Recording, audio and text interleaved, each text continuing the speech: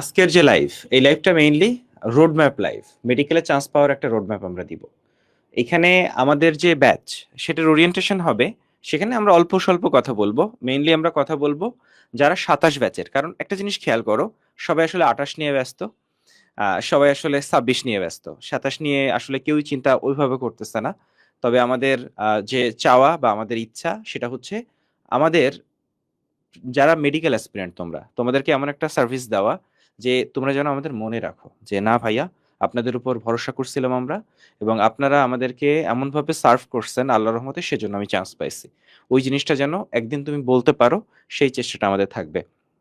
এবং আমাদের আরো একটা চ্যালেঞ্জ আমাদের নিজেদের সাথে, সেটা হচ্ছে এইচএসসি 26-এর ফাইনাল মেডিকেল অ্যাডমিশন প্রিপারেশন শুরু হচ্ছে। সেখানে আমাদের ব্যস্ততা থাকবে, কিন্তু আমরা তোমাদের জন্য যে সার্ভিসটা, সেইটাই 1%ও কার্পণ্য করব না। এবং আমরা কি কি করতে চাই সেটা বলবো। কিন্তু সবচেয়ে গুরুত্বপূর্ণ ব্যাপার, যে তুমি যদি মেডিকেলে চান্স পেতে চাও অ্যাজ এ 27 ব্যাচ, অর্থাৎ তুমি সেকেন্ড ইয়ারে উঠলা, ফার্স্ট ইয়ার শেষ, একটা বছর শেষ, আর একটা বছর মনে হয় নাই। তো সেকেন্ড ইয়ারে তুমি ফার্স্ট ইয়ারে যতটুকু প্রেশার নিছো, সেকেন্ড ইয়ারে অনেক বেশি প্রেশার নিতে হবে। এবং অনেক বেশি প্রেশার বলতে সাথে সাথে তোমাকে কিন্তু মেডিকেল অ্যাডমিশনের প্রেশারটাও নিতে হবে। এই জন্য তুমি খেয়াল করলে দেখবা যে এখন এসে যারা মেডিকেলে চান্স পাচ্ছে, সবাই কোনো না কোনোভাবে কোনো প্রি মেডিকেল কোর্সের সাথে যুক্ত ছিল বা কিছু।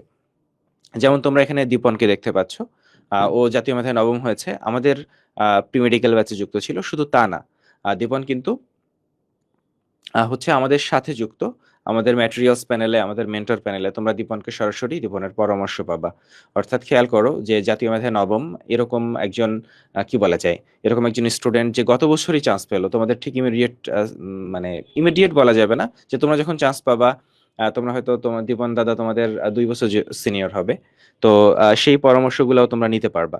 তো আমরা আস্তে আস্তে সবকিছু নিয়ে কথা বলবো, যে তোমার কোন বইগুলো পড়া উচিত, কয়টা বই পড়া উচিত, জিপিএটা কতটুকু ইম্পর্টেন্ট, এইচএসসির সাথে কিভাবে কম্বাইন করে পড়বা, আমরা সবগুলাতে আস্তে আস্তে চলে যাব।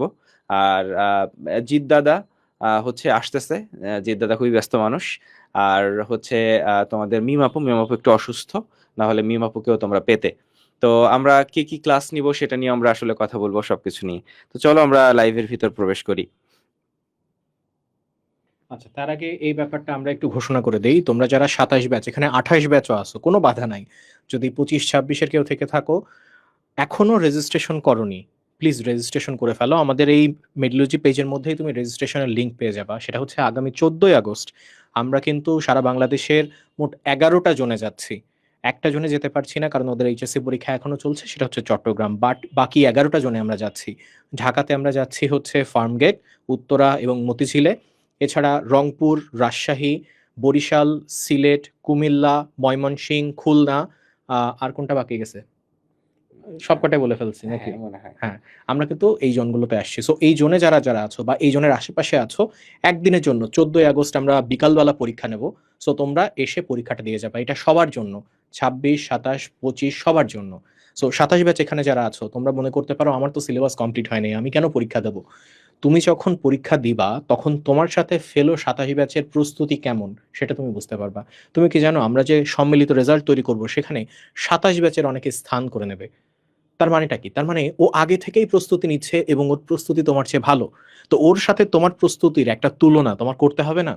সেটার জন্য হইলেও তোমার এখানে পরীক্ষা দিতে হবে। আমরা এর আগে অনলাইনে পরীক্ষা নিয়েছি, কিন্তু অনলাইনের পরীক্ষায় ট্রান্সপারেন্সির ব্যাপারে আমরা পুরোপুরি আসলে সন্তুষ্ট হইতে পারি নাই। সেই কারণেই আমাদের অফলাইনে পরীক্ষার ব্যবস্থা করা।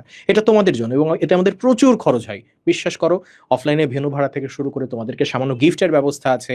আমরা একটা বইয়ের ব্যবস্থা করছি, এই বইটা প্রত্যেককে আমরা দেব। তো আমাদের খরচ হয়, কিন্তু আমরা চাই যে এই বাচ্চাগুলোর কাছে আমরা যাই, আমরা নিজেরা যাই, আমাদের মেডিলজি টিম যাক, গিয়ে আমরা সরাসরি বাচ্চাদের সাথে ইন্টারাকশন করি, তাদের সমস্যা শুনি, তাদের সাথে কথা বলি, যদি সমস্যার কোনো সমাধান, কোনো অ্যাডভাইস নিজের অভিজ্ঞতা থেকে দিতে পারি সেটা দেই। এবং আমরা প্রত্যেকেই মেডিলজি টিমের প্রত্যেকেই কোনো না কোনো জোনে যাব, সেখানে গিয়ে তোমাদের সাথে আমাদের দেখা হবে। তো সেজন্য বলছি যে প্লিজ, যারা রেজিস্ট্রেশন করনি, এটা রেজিস্ট্রেশন করে ফেলো। এখনই তোমরা মেডিলজি পেজে গিয়ে লিঙ্ক পেয়ে যাওয়া, গুগল ফর্ম রেজিস্ট্রেশন করলেই হবে। ওকে। সো আর প্রাইস তো অবশ্যই জানো যে ফার্স্ট প্রাইজ কিন্তু স্যামসাং ট্যাব। এছাড়া প্রথম 300 জন যারা, তাদের কিন্তু আমরা প্রিমিয়াম ক্রেস্টের সাথে ইংলিশ বুক, যেটা ইংলিশ বইটা যদি পাও, দেখো ইংলিশ বই এবার জানো মেডিলজি ইংলিশ বুকটা কিন্তু খুব জনপ্রিয় হয়েছে। এর কারণটা হচ্ছে প্রথমত এর সাইজ, দ্বিতীয়ত এর কন্টেন্ট বইটা প্র্যাকটিসের। খুঁজে পাওয়া যাচ্ছে না, বইটা মানে চুরি হয়ে গেছে, মানে বইটার পপুলারিটি দেখে কেউ হয়তো অফিস থেকে নিয়ে চলে গেছে। মানে বই, একটা বই ছিল আমাদের এখানে, এটা আমরা খুঁজে পাচ্ছি না। তো যাই হোক, তোমরা কিন্তু এই বইটাও প্রথম 300 জনকে আমরা এই বইটা প্রিমিয়াম ক্রেস্টের সাথে দেবো। এছাড়া মেডিলোজির যে আমাদের কোর্সগুলো আছে সেখানেও আমাদের কিছু অফারের ব্যাপার আছে। আচ্ছা, আচ্ছা। আমি একটু কয়েকটা প্রশ্ন এখানে দেখলাম, একটু উত্তর দিয়ে দিই। একটা হচ্ছে চট্টগ্রাম জোনে আমরা এক্সামটা এখন নিতে পারছি না, কারণ তোমাদের রিটেনের মধ্যে এক্সামটা নেওয়া সমীচীন নয়, 1 নাম্বার। ফলে চট্টগ্রাম জোনে আমরা অবশ্যই এক্সাম নিব, এটা মাস্ট, এটা গ্যারান্টেড। হ্যাঁ, তো আমরা কবে নিব, ডেট এবং সময় তোমাদের মেসেজের মাধ্যমে জানাই দিব। ফলে যারা রেজিস্ট্রেশন করতেছো, রেজিস্ট্রেশন করে ফেলো। 2 নাম্বার হচ্ছে মেডিট্রাক কবে পাবো। আচ্ছা, প্রি মেডিকেল কোর্সে যারা ভর্তি হয়েছে, আমরা যারা বিশ্বকাপের ডিসকাউন্টে ভর্তি হয়েছে তারা মেডিট্রাক কিনে নিতে পারবে, কিন্তু এর বাইরে আমরা যারা ভর্তি হয়েছে সবাইকে মেডিট্রাক দিচ্ছি, এবং আল্লাহর রহমতে আমাদের ইচ্ছা আছে সামনে যারা ভর্তি হবে সবাইকে মেডিট্রাক দেওয়া। কারণ আমরা বিশ্বাস করি আমাদের যে মেডিট্রাকটা তোমার চান্স পাওয়ার একটা বড় ধরনের হাতিয়ার হতে পারে। কারণটা কি জানো? আমাদের সবার সবচেয়ে বড় প্রবলেম হচ্ছে পড়তেছি কি না এটা ট্র্যাকই করা হয় না। আসলে তুমি 1 মাস পরে তুমি কি বলতে পারবা যে ঠিক এই 1 মাসে তুমি কয়দিন পড়াশোনা করছো, কতটুকু পড়াশোনা করছো, কখন বেশি করছো, কখন কম করছো, তুমি নিজেও বলতে পারবা না। কিন্তু এই ট্র্যাকারটা কিন্তু তোমাকে বলে দিবে যে অ্যাকচুয়ালি তুমি কি নিচের দিকে যাচ্ছ নাকি উপরের দিকে যাচ্ছ, পড়াশোনার স্পিড বাড়াইতে হবে নাকি কমাইতে হবে। হুট করে যখন এটা খুলবা আর দেখবা যে গতকাল আমি মাত্র 2 ঘন্টা পড়ছি, তোমার কি একটু হিট করবে না তোমাকে? ওই হিট করার জন্যই হচ্ছে মেরিট ট্র্যাকটা।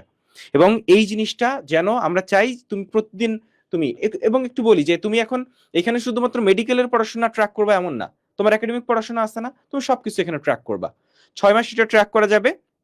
এরপরে তুমি চাইলে মাত্র 250 টাকা দিয়ে এটা কিনে নিতে পারবা, কুরিয়ার চার্জ কমপ্লিটলি ফ্রি। ফলে আমরা চাই যে তোমরা মেডিট্র্যাকটা আল্লাহর রহমতে আমাদের সাথে যারা ভর্তি হবে সবাইকে আমরা এই মেডিট্র্যাকটা দিব। মানে আমরা তো বলছি যে দেখ, আমাদের প্রি মেডিকেল কোর্সের ফি সারা জীবন 6,000 টাকা ছিল, সারা জীবন কোনোদিন 6,000 টাকার কমে নাই।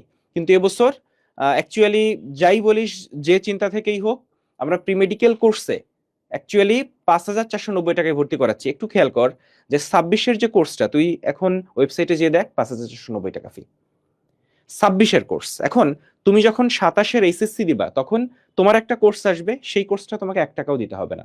অর্থাৎ এখন থেকে শুরু করে এইচএসসির 1 মাস আগ পর্যন্ত তুমি যে সার্ভিসটা পাবা এটা ফ্রি। এটা ফ্রি, শুধু ফ্রি না, এই যে টাইমটা, এই টাইমে তোমার ফুল সিলেবাস আমরা শুধু শেষই করব না, এত চমৎকার ভাবে শেষ করব, যারা আমাদেরকে ফলো করবি, যারা ফলো করবি, যদি শেষ পর্যন্ত সবগুলা ক্লাস করতে পারিস, আমি তোকে কথা দিতে পারি তুই ইনশাল্লাহ মেডিকেলে চান্স পাবি। কারণ যে সবগুলা ক্লাস করতে পারবে শেষ পর্যন্ত, আমরা প্রচন্ড ডিটেইলসে পড়াবো। সে যদি এখন খুব উইক অবস্থায় থাকে তাও আল্লাহর রহমতে সে চান্স পাবে। তাহলে এই মেরিট ট্র্যাকটা শুধু আজকে না, 15 তারিখ হচ্ছে ক্লাস শুরু হচ্ছে, মোটামুটি 15 তারিখ পর্যন্ত অন্তত যারা ভর্তি হবে আমরা সবাইকে দিব। ফলে যারা ভর্তি হও নাই তোমরা ভর্তি হয়ে যেতে পারো। আচ্ছা, এইচএসসি 28 ব্যাচের অনেকে আছো, একটা মজার বিষয় বলি, আমি 27 ব্যাচের প্রচুর স্টুডেন্ট তো আমাকে মেসেজ করেছে, তারপর ভর্তি হয়েছে। বিগত কয়েকদিন আমি পেজে ওদের সাথেই কথা বলছি। তো আচ্ছা, একটু আমি একটা জিনিস একটু অ্যাড করে দিই। আচ্ছা, যারা ফাউন্ডেশন ব্যাচে ভর্তি হয়েছো, তোমরা আরো 3-4 মাস আগে ভর্তি হয়েছো, তোমরা এটার জন্য সার্ভিস পাইছো। ফলে সেহেতু ফাউন্ডেশনের সাথে মেট্রাকটা ফ্রি না, ফলে 250 টাকা দিয়ে তোমাকে এটা কিনে নিতে হবে। ঠিক একইভাবে যারা বিশ্বকাপের ডিসকাউন্টে ভর্তি হয়েছে তারাও বেশ খানিকটা বেশি ডিসকাউন্টে ভর্তি হয়েছে, মানে এখন যে ডিসকাউন্ট তার থেকেও বেশি, ফলে তারাও মেডিট্রাকটা পাচ্ছে না, তাদেরকেও মেডিট্রাক কিনে নিতে হবে। ফলে নতুন প্রিমেডিকেল লঞ্চ হওয়ার পরে যারা বর্তমান ডিসকাউন্টে কোর্সটা কিনছে তারা মেডিট্রাক পাবে, এর বাইরে সবাইকে মেডিট্রাকটা কিনে নিতে হবে। আচ্ছা, তো এইচএসসি 27 ব্যাচের যাদের সাথে আমি কথা বলেছি, আমি অদ্ভুতভাবে বেশ কয়েকজনকে পেয়েছি যারা এইচএসসি 28 ব্যাচের। তখন তাদের রেজাল্টও দেয়নি, রেজাল্ট তো দিল হচ্ছে গতকাল। তখন রেজাল্টও দেয়নি, কিন্তু ওরা আমাদের সাথে প্রি মেডিকেলে ভর্তি হয়ে গেছে, অর্থাৎ এইচএসসি 28-এর। এই কথাটা আমি এই জন্য বলছি কারণ এইচএসসি 28-এর অনেকে কমেন্ট করছে ভাই 28-এর জন্য কিছু করেন। তো তোমাদেরকে জানিয়ে রাখি, তোমাদের অনেক ব্যাচমেট, তোমাদেরকে হয়তো জানায়নি, কিন্তু ওরা গোপনে গোপনে ফার্স্ট ইয়ারে উঠতে পারেনি, কলেজে ভর্তি হতে পারেনি, কিন্তু ওদের যেহেতু স্বপ্ন আছে ওরা চেষ্টা করছে। আমি তোমাকে কোনো জোর করছি না, আমি বলছি না যে এইচএসসি 28 ব্যাচ এখানে ভর্তি হতেই হবে, কিন্তু 28 ব্যাচের অনেকে আমাদের সাথে যুক্ত, সেটা আমরা জানিয়ে রাখছি। আচ্ছা, আমি ছোট্ট একটা উত্তর দিই। সেটা হচ্ছে প্রি মেডিকেল কোর্সে যারা ভর্তি হচ্ছ তারা আসলে এর সাথে আর কি পাবা। আচ্ছা, কলমটা কোথায়? এই যে আমার কাছে। আচ্ছা, একটু জীবন আমি একটু লিখি। একটু ধরো, প্রি মেডিকেল কোর্সে যারা ভর্তি হচ্ছ তারা এর সাথে আর কি পাবা। এই মুভমেন্টে না, এখন কিন্তু তোমাদের কোর্সের সাথে জিকে ইংলিশ সব ইনক্লুডেড, মানে 5টা সাবজেক্ট ইনক্লুডেড, মানবিক গুণাবলী সহ। ফলে এর পরবর্তীতে আমাদের জিকে ব্যাচ আসবে, অর্থাৎ সাধারণ জ্ঞান ইংরেজি ব্যাচ। এই কোর্সটা তুমি ফ্রি পাবা, এটা এইচএসসির আগেই আসবে। এইচএসসির আগে একটা এক্সাম ব্যাচ আসতে পারে, যদি এক্সাম ব্যাচ আসে সেটা তুমি ফ্রি পাবা। আচ্ছা, গেল। এইচএসসির পরে তুমি কি কি পাচ্ছ? এইচএসসির পরে ফাইনাল মেডিকেল ব্যাচ এফএমবি, এটা ফ্রি পাচ্ছ। এসএসসির পরে একটা জিকেই ব্যাচ আসবে, সেটা তুমি ফ্রি পাচ্ছ। এসএসসির পরে আমাদের একটা এক্সাম ব্যাচ আসবে অ্যাপেক্স, সেটা তুমি ফ্রি পাবা। এসএসসির পরে আমাদের লস প্রজেক্ট আসবে, সেটা তুমি ফ্রি পাবা। একটু বলে রাখি, লস প্রজেক্টের সাথে একটা সিক্রেট সাজেশন বই দেওয়া হয়, যেই বইটা ইনক্লুডেড না, ফলে সেই সিক্রেট সাজেশন বইটার যে প্রাইস সেটা 250 টাকা থেকে 300 টাকার মধ্যে হয়। সেই বইটা তোমাদের তখন কিন্তু কিনে নিতে হবে। এটা কিন্তু আগে থেকে সবকিছু ক্লিয়ার করা যে আমরা তোমাকে কি দিচ্ছি আর কি দিচ্ছি না। মানে জাস্ট তুমি ভাবো যে তুমি প্রি মেডিকেলে ভর্তি হচ্ছ, তুমি প্রি মেডিকেলে মেইন কোর্স পাচ্ছ, তার সাথে তুমি জিকে ইংলিশ ব্যাচ পাবা কিছুদিন পর তুমি একটা প্রিমিয়াম এক্সাম ব্যাচ পাবা, এতদিন কি পড়ছো সেটাকে এক্সাম ব্যাচে যাচাই করে নিতে পারছো। তুমি এইচএসসি দিলা, এইচএসসির পর ফাইনাল মেডিকেল অ্যাডমিশন ব্যাচ, সবাই ভাবছে কোন কোচিং এ ভর্তি হবো, তুমি অলরেডি জানো তুমি মেডিলজির সাথে যুক্ত আছো, এবং তোমার প্রিপারেশন যদি একবার কমপ্লিট হয়ে যায় তুমি জানো ফাইনাল মেডিকেল অ্যাডমিশন ব্যাচে তুমি সেটা রিভাইজ করতে পারছো। তুমি এখানে রিভাইজ করার সাথে সাথে তুমি জিকে ইংলিশে, অনেকের ক্ষেত্রে এই সমস্যা হয়, আমি জানি তোমরা বলবা ভাই জিকে ইংলিশ এখনই পড়বো, এখন কিভাবে আচ্ছা, পড়বো। আমি সহজ ব্যাপারে একটা জিনিস বলি, শোনো। জিকে ইংলিশের জন্যই সবাই চান্স মিস করে। জিকে ইংলিশে 30 মার্ক, জিকে ইংলিশে কেউ পড়ে না। আমরা তোমাকে 4 বার জিকে ইংলিশ পড়াবো। দেখো, এখন তোমাকে পড়াচ্ছি, এসএসসির আগে একবার শেষ করতেছি, কোর্সের সাথে জিকে ইংলিশ আছে। নাম্বার 1, 1 নাম্বার বার। 2 নাম্বার, জিকে ইংলিশ কোর্স আসবে এইচএসসির আগে একটা, সেটা তুমি পাবা, দ্বিতীয়বার শেষ হইলো। 3 নাম্বার, এফএমবি তে পাবে। 3 নাম্বার ফাইনাল মেডিকেল ব্যাচ, যেটা এখানে তুমি জিকে ইংলিশ ইনক্লুডেড থাকে, 3 নাম্বার বার শেষ হবে।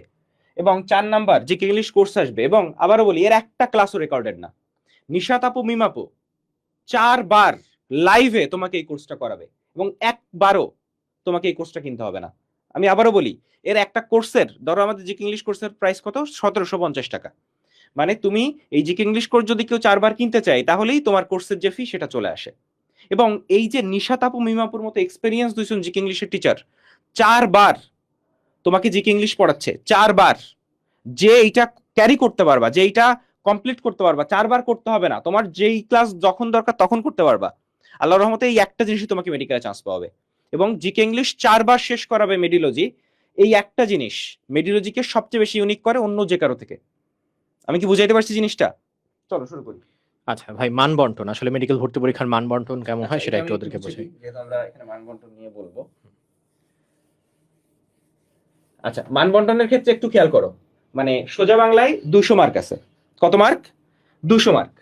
তো তোমার বায়োলজিতে হচ্ছে 30 মার্ক, কেমিস্ট্রিতে 25, ফিজিক্সে 15, জিকেতে 15, ইংলিশে 15, অর্থাৎ এখানে 45, আর বায়োলজি কেমিস্ট্রিতে হচ্ছে 55। অর্থাৎ এখানেই তোমার হচ্ছে টোটাল কত মার্কস? 100 মার্কস। এখন খেয়াল করো, প্রত্যেকটা সাবজেক্ট গুরুত্বপূর্ণ, একটা সাবজেক্টও নাই যেটা লেস ইম্পর্টেন্ট। তোমরা মেইনলি মেডিকেলে চান্স মিস করে একটাই কারণে, সেটা হচ্ছে সব পড়ি, জিকে ইংলিশ পড়ি না। আল্লাহ রহমতে তোমাকে আমরা জিকে ইংলিশ হাতে ধরেই পড়াবো, শুধু আমাদের কথাগুলো শুনিস। মানে জিকে ইংলিশ কোর্সে শুধু ক্লাস হয় না, প্রতিদিন পড়া দেওয়া হয়, প্রতিদিন পড়া দেওয়া হয়। কারণ আমরা তোমাদের বলি যে প্রতিদিন পড়তে হবে। তোমার তো আমরা চিনি, তুমি যে প্রতিদিন পড়বা না সেটাও আমরা জানি, এই জন্য প্রতিদিন আমরা পড়া দিই। এত কিছু করতেছি, এখন ব্যাপারটা কি দেখ, অনলাইনে তো তোকে যে আমি মাইরে আসতে পারি না, বাসায় যে পারি, শুধু এই একটা কাজ আমরা পারি না, কিন্তু এর বাইরে তোকে যা যা করা দরকার সব আমরা করব। ফলে এই যে মান বন্টন, এইটা প্রুফ করে যে ফিজিক্স যতটুকু ইম্পর্টেন্ট, জিকে ততটুকু ইম্পর্টেন্ট, ইংলিশ ততটুকু ইম্পর্টেন্ট। এবং আরেকটা জিনিস বলি, যে এইখানে এই যে বায়োলজি 30টা মার্ক, বায়োলজিতে সবচেয়ে বেশি সময় দিতে হয়, বায়োলজিতে প্রচুর পড়তে হয়, এটা নিয়ে কোনো ডাউট নাই। বায়োলজিতে প্রত্যেকটা লাইন পড়তে হয়। একটা ব্যাপার বলি, যে কেমিস্ট্রি ফিজিক্স এখানে কনসেপ্ট ক্লিয়ার করা খুব ইম্পর্টেন্ট এই দুইটা সাবজেক্টে, কিন্তু বায়োলজিতে তোমাকে প্রত্যেকটা লাইন পড়তে হবে, বায়োলজিতে কোনো লাইন না পড়ে কেউ যাবা না। ঠিক আছে? আচ্ছা জীবন, এরপরে আচ্ছা, এখন তুমি প্রশ্ন করবা যে ভাই কিন্তু আমি তো শুনছিলাম যে মেডিকেল ভর্তি পরীক্ষা 200 মার্কের, আপনি তো আমাকে 100 মার্কের হিসাব দিলেন, তাহলে বাকি 100 মার্ক কোথায়? এই বাকি 100 মার্ক আসে তোমার জিপিএ থেকে। সো এখন তুমি প্রশ্ন করবা ভাই বাকি 100 মার্ক জিপিএ থেকে আসলে কিভাবে হিসাব করা হয়। আমি তোমাকে হিসাবটা দেখাই, দেখো তোমার এসএসসি এবং এইচএসসি দুইটা জিপিএ এই ক্ষেত্রে গুরুত্বপূর্ণ। তোমার এসএসসির যে জিপিএ সেটার সাথে 8 গুণ দেওয়া হয়, এসএসসি জিপিএ সাপোজ ধরো 5, তাহলে 5 এখানে তুমি পাবা হচ্ছে 40। আর এইচএসসির যে জিপিএ, যে এইচএসসি পরীক্ষা তুমি দিবা তার সাথে 12 গুণ দেওয়া হয়, তাহলে তোমার এইচএসসিটা ভালোভাবে কমপ্লিট করা এবং সেখানে জিপিএ 5 অ্যাটেইন করা কত বেশি গুরুত্বপূর্ণ তুমি একটু ভেবে দেখো। এবং এইটার উপরে মোট মার্ক থাকে 60, এই 40 আর 60 মিলে হয় 100। এইখান থেকে তুমি পরীক্ষা দিবা 100 এবং আগেই নির্ধারিত হয়ে থাকবে এই 100।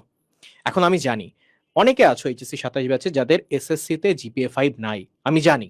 এবং তোমরা অনেকে এসে বলো যে ভাই আমার জিপিএ 5 নাই, আমার 2 মার্ক কাটা যাবে, 3 মার্ক কাটা যাবে, 4 মার্ক কাটা যাবে, আমার পক্ষে কি পসিবল? তুমি একটা জিনিস খেয়াল করে দেখো, যারা সেকেন্ড টাইমার ওরাও কিন্তু লম্বা একটা টাইম পায়। সেকেন্ড টাইমারদের সাথে তোমার একটা মিল কি জানো? সময়। তুমিও লম্বা একটা সময় পাবা, ওরাও লম্বা একটা সময় পাবে। সেকেন্ড টাইমাররা নিজের এইচএসসি জিপিএ খারাপ থাকলে সেটাকে রিকভার করার কোনো সুযোগ নাই, কিন্তু তোমার আছে, কারণ তোমার সময় আছে। তুমি তোমার একাডেমিক পড়াশোনাটাকেও ভালো করতে পারবা, তুমি তোমার অ্যাডমিশনের প্রিপারেশনটাকেও ভালো করতে পারবা। সো তুমি দুইটাকেই যদি এখন ভালো করার একটা প্রতিজ্ঞা নাও যে না, এইচএসসি তে আমার জিপিএ 5, আমার এসএসসি তে যা হইছে হইছে, আমি বাপের বেটা, আমি এইচএসসি তে জিপিএ 5 অ্যাটেইন করবই। এইচএসসি 26 যেসব জায়গায় খারাপ করছে আমি সেই সব জায়গাতে ফোকাস দেব। আমার যেন ওই দশা না হয় যে পরীক্ষার আগের দিন রাত্রেবেলা আমি ওয়ান শট করে যাচ্ছি। আমার যেন থিওরিটিক্যাল নলেজ থাকে, আমি যেন প্রত্যেকটা জিনিস বুঝি, আমার যেন বইয়ের প্রত্যেকটা সিকিউ, যে সিকিউ গুলো পরীক্ষায় আসে সেগুলো কিভাবে সলভ করতে হয় সেটা সম্পর্কে আগাম ধারণা থাকে, যেন পরীক্ষার আগের রাত্রেবেলা আমাকে মাথা চাপড়াইতে না হয়। এইভাবে আমি এইচএসসি প্রিপারেশন নেব। সো তোমার এসএসসি তে 2 মার্ক 4 মার্ক যাই কাটা যাক না কেন, এইচএসসি তে তুমি যদি জিপিএ 5 পাও তাহলে তো তোমার মোট মাঠে ওই 2 মার্ক 4 মার্ক অ্যাটেইন করা কোনো ব্যাপার না, কারণ তুমি তো সেকেন্ড টাইমারদের মতো লম্বা সময় পাইছো। সেকেন্ড টাইমারদের তো 3 মার্ক কাটা যায়, সেক্ষেত্রে তুমি এই 2 মার্ক কভার করতে পারবা না, 4 মার্ক কভার করতে পারবা না? অবভিয়াসলি পারবা। সো মাথার মধ্যে এই জিনিসটাকে পজিটিভলি নাও, এমন ভাবে ভাইবো না যে আরে আমার তো 2 মার্ক কাটা যাবে, আমি কি করে চান্স পাবো, এইভাবে না ভেবে ভাবো আমার 2 মার্ক কাটা যাবে, আমার এইচএসসি তে জিপিএ 5 আনতে হবে। আর আমার যেই বন্ধুটার এসএসসি তে জিপিএ 5 আছে, এসএসসি তে জিপিএ 5 আছে, আমি এমন ভাবে এখন অ্যাডমিশন এবং একাডেমিক প্রিপারেশন নেব, আমার এইচএসসি তে তো জিপিএ 5 আসবেই, আর ওই বন্ধুর চেয়ে আমার অ্যাডমিশনে 2 মার্ক বেশি পাওয়া লাগবে। এই মাইন্ডসেট যদি নিজের মধ্যে না আনতে পারো এখন থেকে, বিশ্বাস করো এই মাইন্ডসেটের অভাবে এইচএসসি 26 ব্যাচের অনেক বাচ্চা এখন ভুগতেছে। তারা জাস্ট আফসোস করে। তুমি তোমার কোন একজন ইমিডিয়েট সিনিয়রের সাথে কথা বলো, দেখবা সে আফসোস করতেছে আমি কেন পড়লাম না। আমি মেডিকেল অ্যাসপিরেন্ট ছিলাম সারা জীবন, আমার সারা জীবন ইচ্ছা ছিল, আমার বাপ মার ইচ্ছা ছিল আমি মেডিকেল কলেজে পড়বো, আমি কেন আগে থেকে প্রিপারেশন নিলাম না? কেন আমার মনে হইলো যে না এইচএসসির পর 3 মাসই এনাফ? আমি তো দেখতেছি আমার পড়া একদম সমুদ্রের মতো, কোত্থেকে শুরু করবো কোথায় শেষ করবো আমি কিছুই বুঝতে পারতেছি না, শুধুমাত্র একাডেমিক অবহেলার কারণে এবং আগে থেকেই অ্যাডমিশন প্ল্যান না থাকার কারণে। সো 27 ব্যাচ, তোমার কাছে এখনো একটা সুযোগ আছে। সেকেন্ড ইয়ার তোমার সুযোগটা হারিয়ে যায় নাই, তোমার একাডেমিক পড়াশোনা অ্যাডমিশনের পড়াশোনার সুযোগ আছে, এই সুযোগটাকে কাজে লাগাও। এইটাই তোমার শেষ সুযোগ, বিশ্বাস করো এইটাই তোমার শেষ সুযোগ, এইটাই তোমার আফসোস না করার শেষ সুযোগ। এই সুযোগটাকে কাজে লাগাও।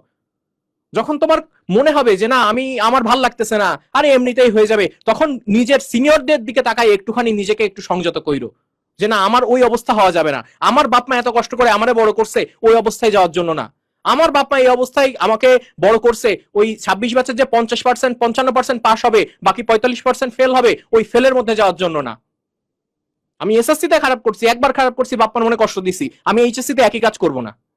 যথেষ্ট করছি, আমি যথেষ্ট টাইম নষ্ট করছি, সোশ্যাল মিডিয়াতে যথেষ্ট টাইম আমি নষ্ট করছি, এই জায়গাতে নিজের পড়া যথেষ্ট গাফিলতি করছি।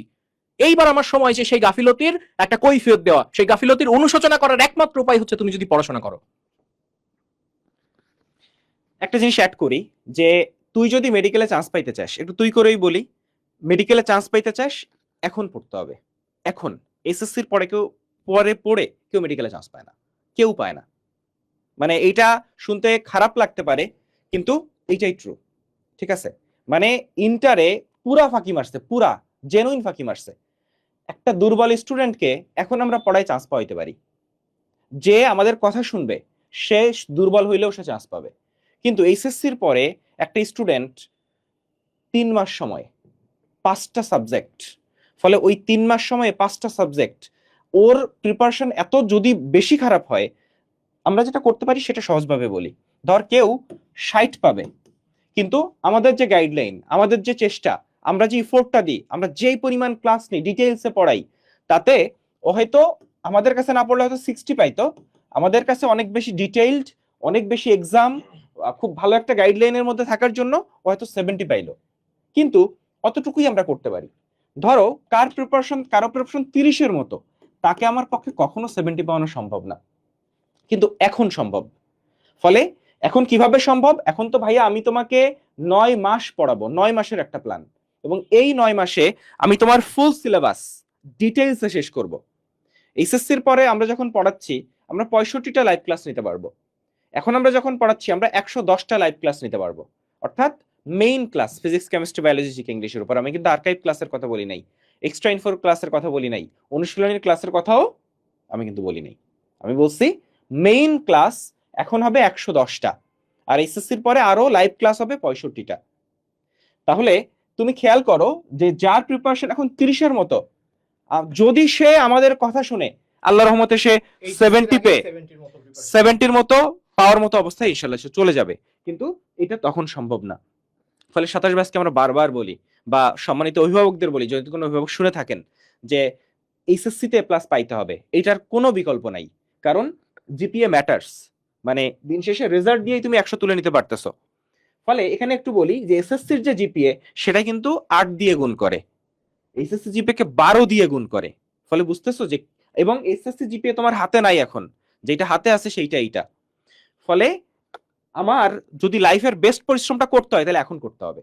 লাইফের বেস্ট পরিশ্রম এইচএসসির পরে করলে লাভ হওয়ার সম্ভাবনা কম, এখন করলে লাভ হওয়ার সম্ভাবনা 100%। ফলে তুমি যদি পরিশ্রম করতেই চাও, তুমি যদি মা বাবার স্বপ্ন পূরণ করতে চাও, বা অ্যাকচুয়ালি মা বাবার থেকে নিজের স্বপ্নটা পূরণ করা বেশি ইম্পর্টেন্ট, কারণ দিন শেষে আমার যা কিছু সেটা আমারই। তুমি যদি কথা, একটা জিনিসটা এরকম যে যদি আমি আজকে কালকে মারা যাই, বা আমাদের কেউ কালকে মারা যায়, হয়তো 1 সপ্তাহ, 2 সপ্তাহ, 1 মাস, 2 মাস আমাদের আপনজনরা মনে রাখবে, তারপরে সবাই কিন্তু তাদের নিজের লাইফে ব্যস্ত হয়ে যায়। ফলে তুমি যদি পৃথিবীতে না থাকো, তুমি যদি কারো মাঝে না থাকো, পৃথিবীর খুব বেশি চেঞ্জ হয় না, পৃথিবী তার আপন গতিতে এগিয়ে যায়, সবাই তো সবার লাইফ চলে। ফলে তুমি যদি লাইফে বেশি ভালো কিছু করো, সেটা তুমিই উপকৃত হবা। তুমি নিজেকে সিদ্ধান্ত নিতে হবে যে তুমি কি আসলে সাদা অ্যাপ্রন পরে হাসপাতালে হাঁটতে চাও, শত শত রোগী তোমার দিকে তাকায় আছে, তুমি চিকিৎসা করবা, তারা সুস্থ হবে, সেই অনুপ্রেরণার জায়গায় যাইতে চাও, নাকি হচ্ছে একটা কি বলা যায় যে একদম হোপলেস হয়ে রাস্তায় রাস্তায় ঘুরে বেড়াইতে চাও? সেই জিনিসটা এখন ফিক্স হবে এই সেকেন্ড ইয়ারে। আমরা দীপনকে কিছু বলতে দেই। দীপন। তো নমস্কার, আদাব, আমি দীপন দেবনাথ। তো অনেকক্ষণ ধরে ভাইদের কথা শুনলাম, একটু অন্যরকম লাগতে পারে কথাগুলো, কিন্তু সত্যি কথা বলতে ভাইরা যে কথা বলছেন সেটা সত্যি কথাই বলছেন।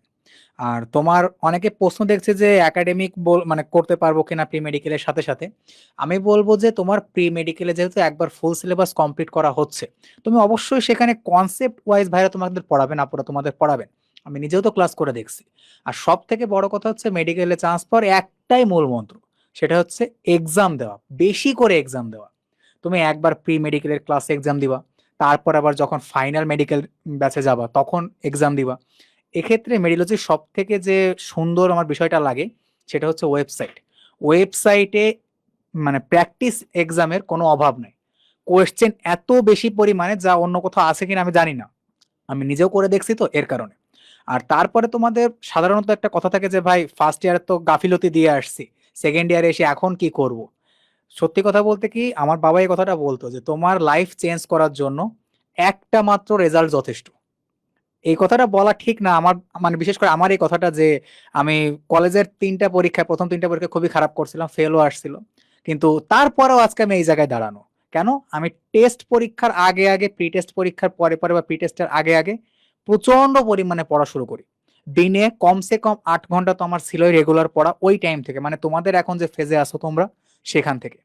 কারণ তুমি যদি সামনের 1 থেকে 1.5 বছর জান পরান দিয়ে পরিশ্রম করতে পারো, জীবন ভাই যে কথাটা বললেন, তোমার দিন শেষে একটা মাত্র রেজাল্ট, একটা মাত্র মুখে হাসি ফোটাবে না, তোমার পুরো ফ্যামিলির মুখে হাসি ফোটাবে। 14ই ডিসেম্বর 2025 আমার মেডিকেলের রেজাল্ট দেয়।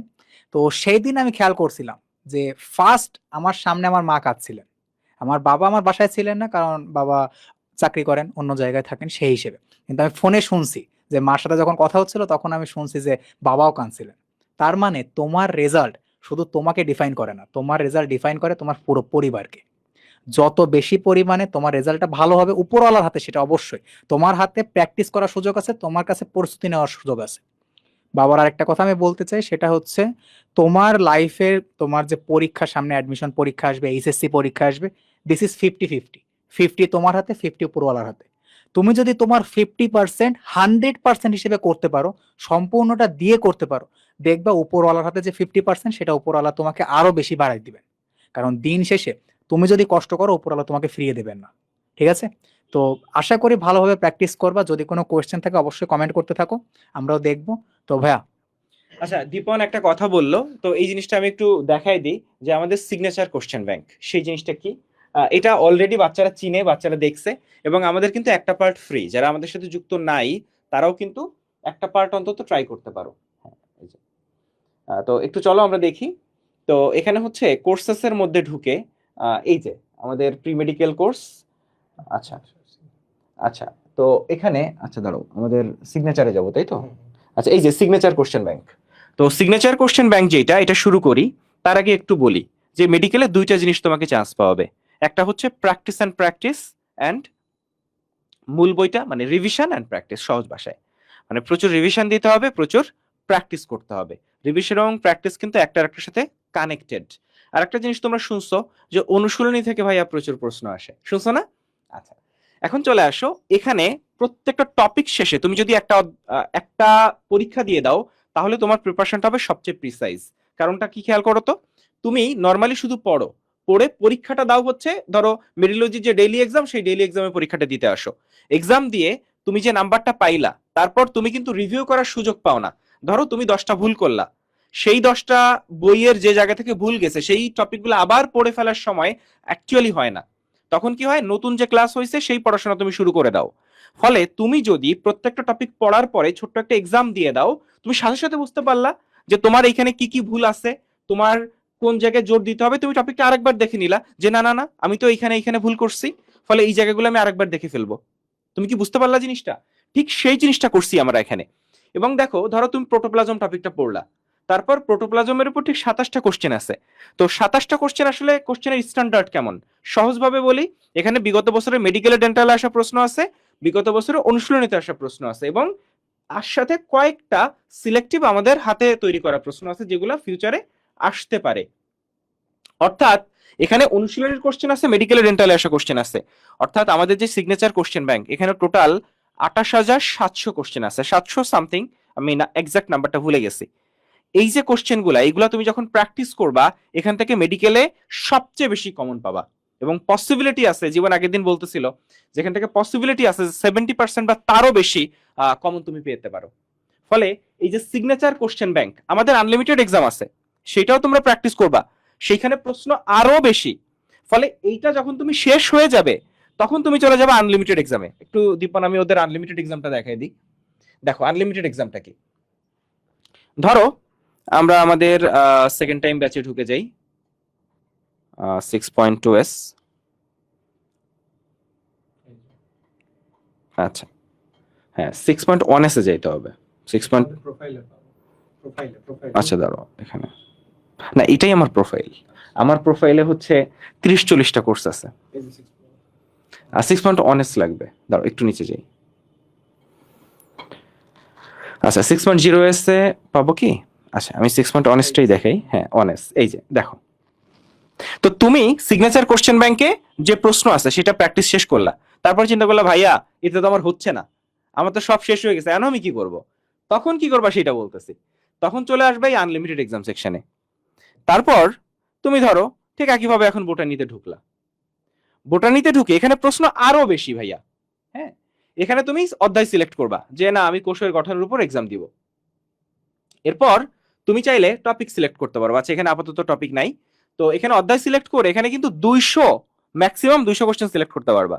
এবং এরপরে যখন সিলেক্ট করবা আরো কোশ্চেন আসবে, মানে এখানে কিন্তু কোশ্চেন কয়েক হাজার। ফলে তুমি শুধু কোশ্চেন সিলেক্ট করবা, একটু এক্সাম দিবা। সেকেন্ড টাইমার হলে এটা তো টিক দিতে হয়, তোমরা সেকেন্ড টাইমার না, ফলে এটা টিক দিবা না। হ্যাঁ, টাইম সিলেক্ট করতে পারবা, শুরু করিতে চাপ দিবা, প্রশ্ন আসবে, প্র্যাকটিস করবা। তাহলে এই দুইটা ফিচার মেডিলজিকে একদম ইউনিক করে, এবং এই দুইটা ফিচারের জন্য আমরা গত বছর যারা চান্স পাইছিল তাদের রিভিউ নিছি।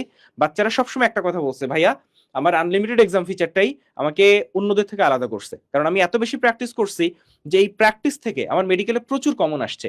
এবং এবছর আমাদের যে সিগনেচার কোশ্চেন ব্যাংক, এটা যেহেতু ওইটা থেকে আরো বেশি সিলেক্টিভ কোশ্চেন নিয়ে সাজানো এবং প্রত্যেকটা টপিক পড়ার পরে প্র্যাকটিস করার জন্য পারফেক্ট একটা ওয়ে, ফলে আমার মনে হয় এই ফিচারটা। এবং অবশ্যই অবশ্যই তোমরা সিগনেচার কোশ্চেন ব্যাংক ফ্রি পাবা। মানে আমাদের আর্কাইভের একটা কোর্স আছে, সেটা একটু তোমাকে দেখাই, চলো। আর্কাইভের কোর্সটা হচ্ছে জীবন, আমরা হচ্ছে আর্কাইভের জন্য আলাদা একটা কোর্স দিচ্ছি, বুঝছো? হ্যাঁ, তো আর্কাইভ কোর্সটা তোমাদের একটু দেখাই। আচ্ছা, আমি প্রোফাইলে যাই। হ্যাঁ, প্রোফাইলে আসো, এই যে আর্কাইভ ক্লাস এন্ড এক্সাম। তো দেখো, সবাই হচ্ছে আর্কাইভ ক্লাস দেয়, আর্কাইভ এক্সাম ওইভাবে শুনো নাই। তো আমরা যেটা করছি, ধরো এই যে কোর্স রসায়ন, কোর্স রসায়ন 1 ক্লাস, কোর্স রসায়ন 2 ক্লাস, কোর্স রসায়ন 3 ক্লাস, কোর্স রসায়ন 1 পরীক্ষা 2 পরীক্ষা, হয়তো 3 পরীক্ষাটা এখন অ্যাড করা হয়নি, অ্যাড করা হচ্ছে। ফলে একটা ক্লাস তুমি করলা, ধরো তোমার একটা অধ্যায় আমরা পড়াচ্ছি, কিন্তু না, তুমি ফার্স্ট আগাইতে চাও, তুমি আরো বেশি এগোয় থাকতে চাও অন্যদের থেকে, নিজে নিজে পড়বা কিছু, সেক্ষেত্রে আর্কাইভ ক্লাস করতে পারবা। এখন আর্কাইভ ক্লাস করে তুমি এক্সাম দিবা কোথায়? হ্যাঁ, আনলিমিটেড এক্সাম আছে, সাথে সাথে আমাদের সিগনেচার কোশ্চেন ব্যাংকেরও এক্সাম আছে, সাথে সাথে ঠিক গত বছর যারা একেবারে টপ করছিল, দেশের সেরা মেডিকেল কলেজগুলোতে চান্স পাইছিল, তারা ঠিক ক্লাস করার পরে যে এক্সামটা অ্যাটেন্ড করছিল, সেই এক্সামটাও যদি তোমার অ্যাটেন্ড করার ইচ্ছা থাকে, সেক্ষেত্রে তুমি কোর্স রসায়ন 1 ক্লাসটাই যে ঢুকলা, ঢুকে হচ্ছে এখানে কোর্স রসায়ন 1 ক্লাসটা করে ফেললা। কোর্স রসায়ন 1 ক্লাসটা করার পরে তুমি হচ্ছে কোর্স রসায়ন 1 এর পরীক্ষাটা এই যে ঢুকলা, ঢুকে এখানে সুন্দর করে 50 মার্কের একটা এক্সাম আছে, সেকেন্ড টাইমার এখানে টিক দেওয়া আছে, তুমি তো সেকেন্ড টাইমার না, এটা টিক দিবা না, পরীক্ষা শুরু করে দিলা, পরীক্ষাটা দিলা। আচ্ছা, তোমার যদি মনে হয় যে না, এই পরীক্ষা আমি আবার দিব, তাও কিন্তু দিতে পারবা, পরীক্ষা শেষ করার পর প্র্যাকটিস এক্সাম যতবার খুশি দিতে পারবা। ব্যাপারটা কি বোঝা গেল?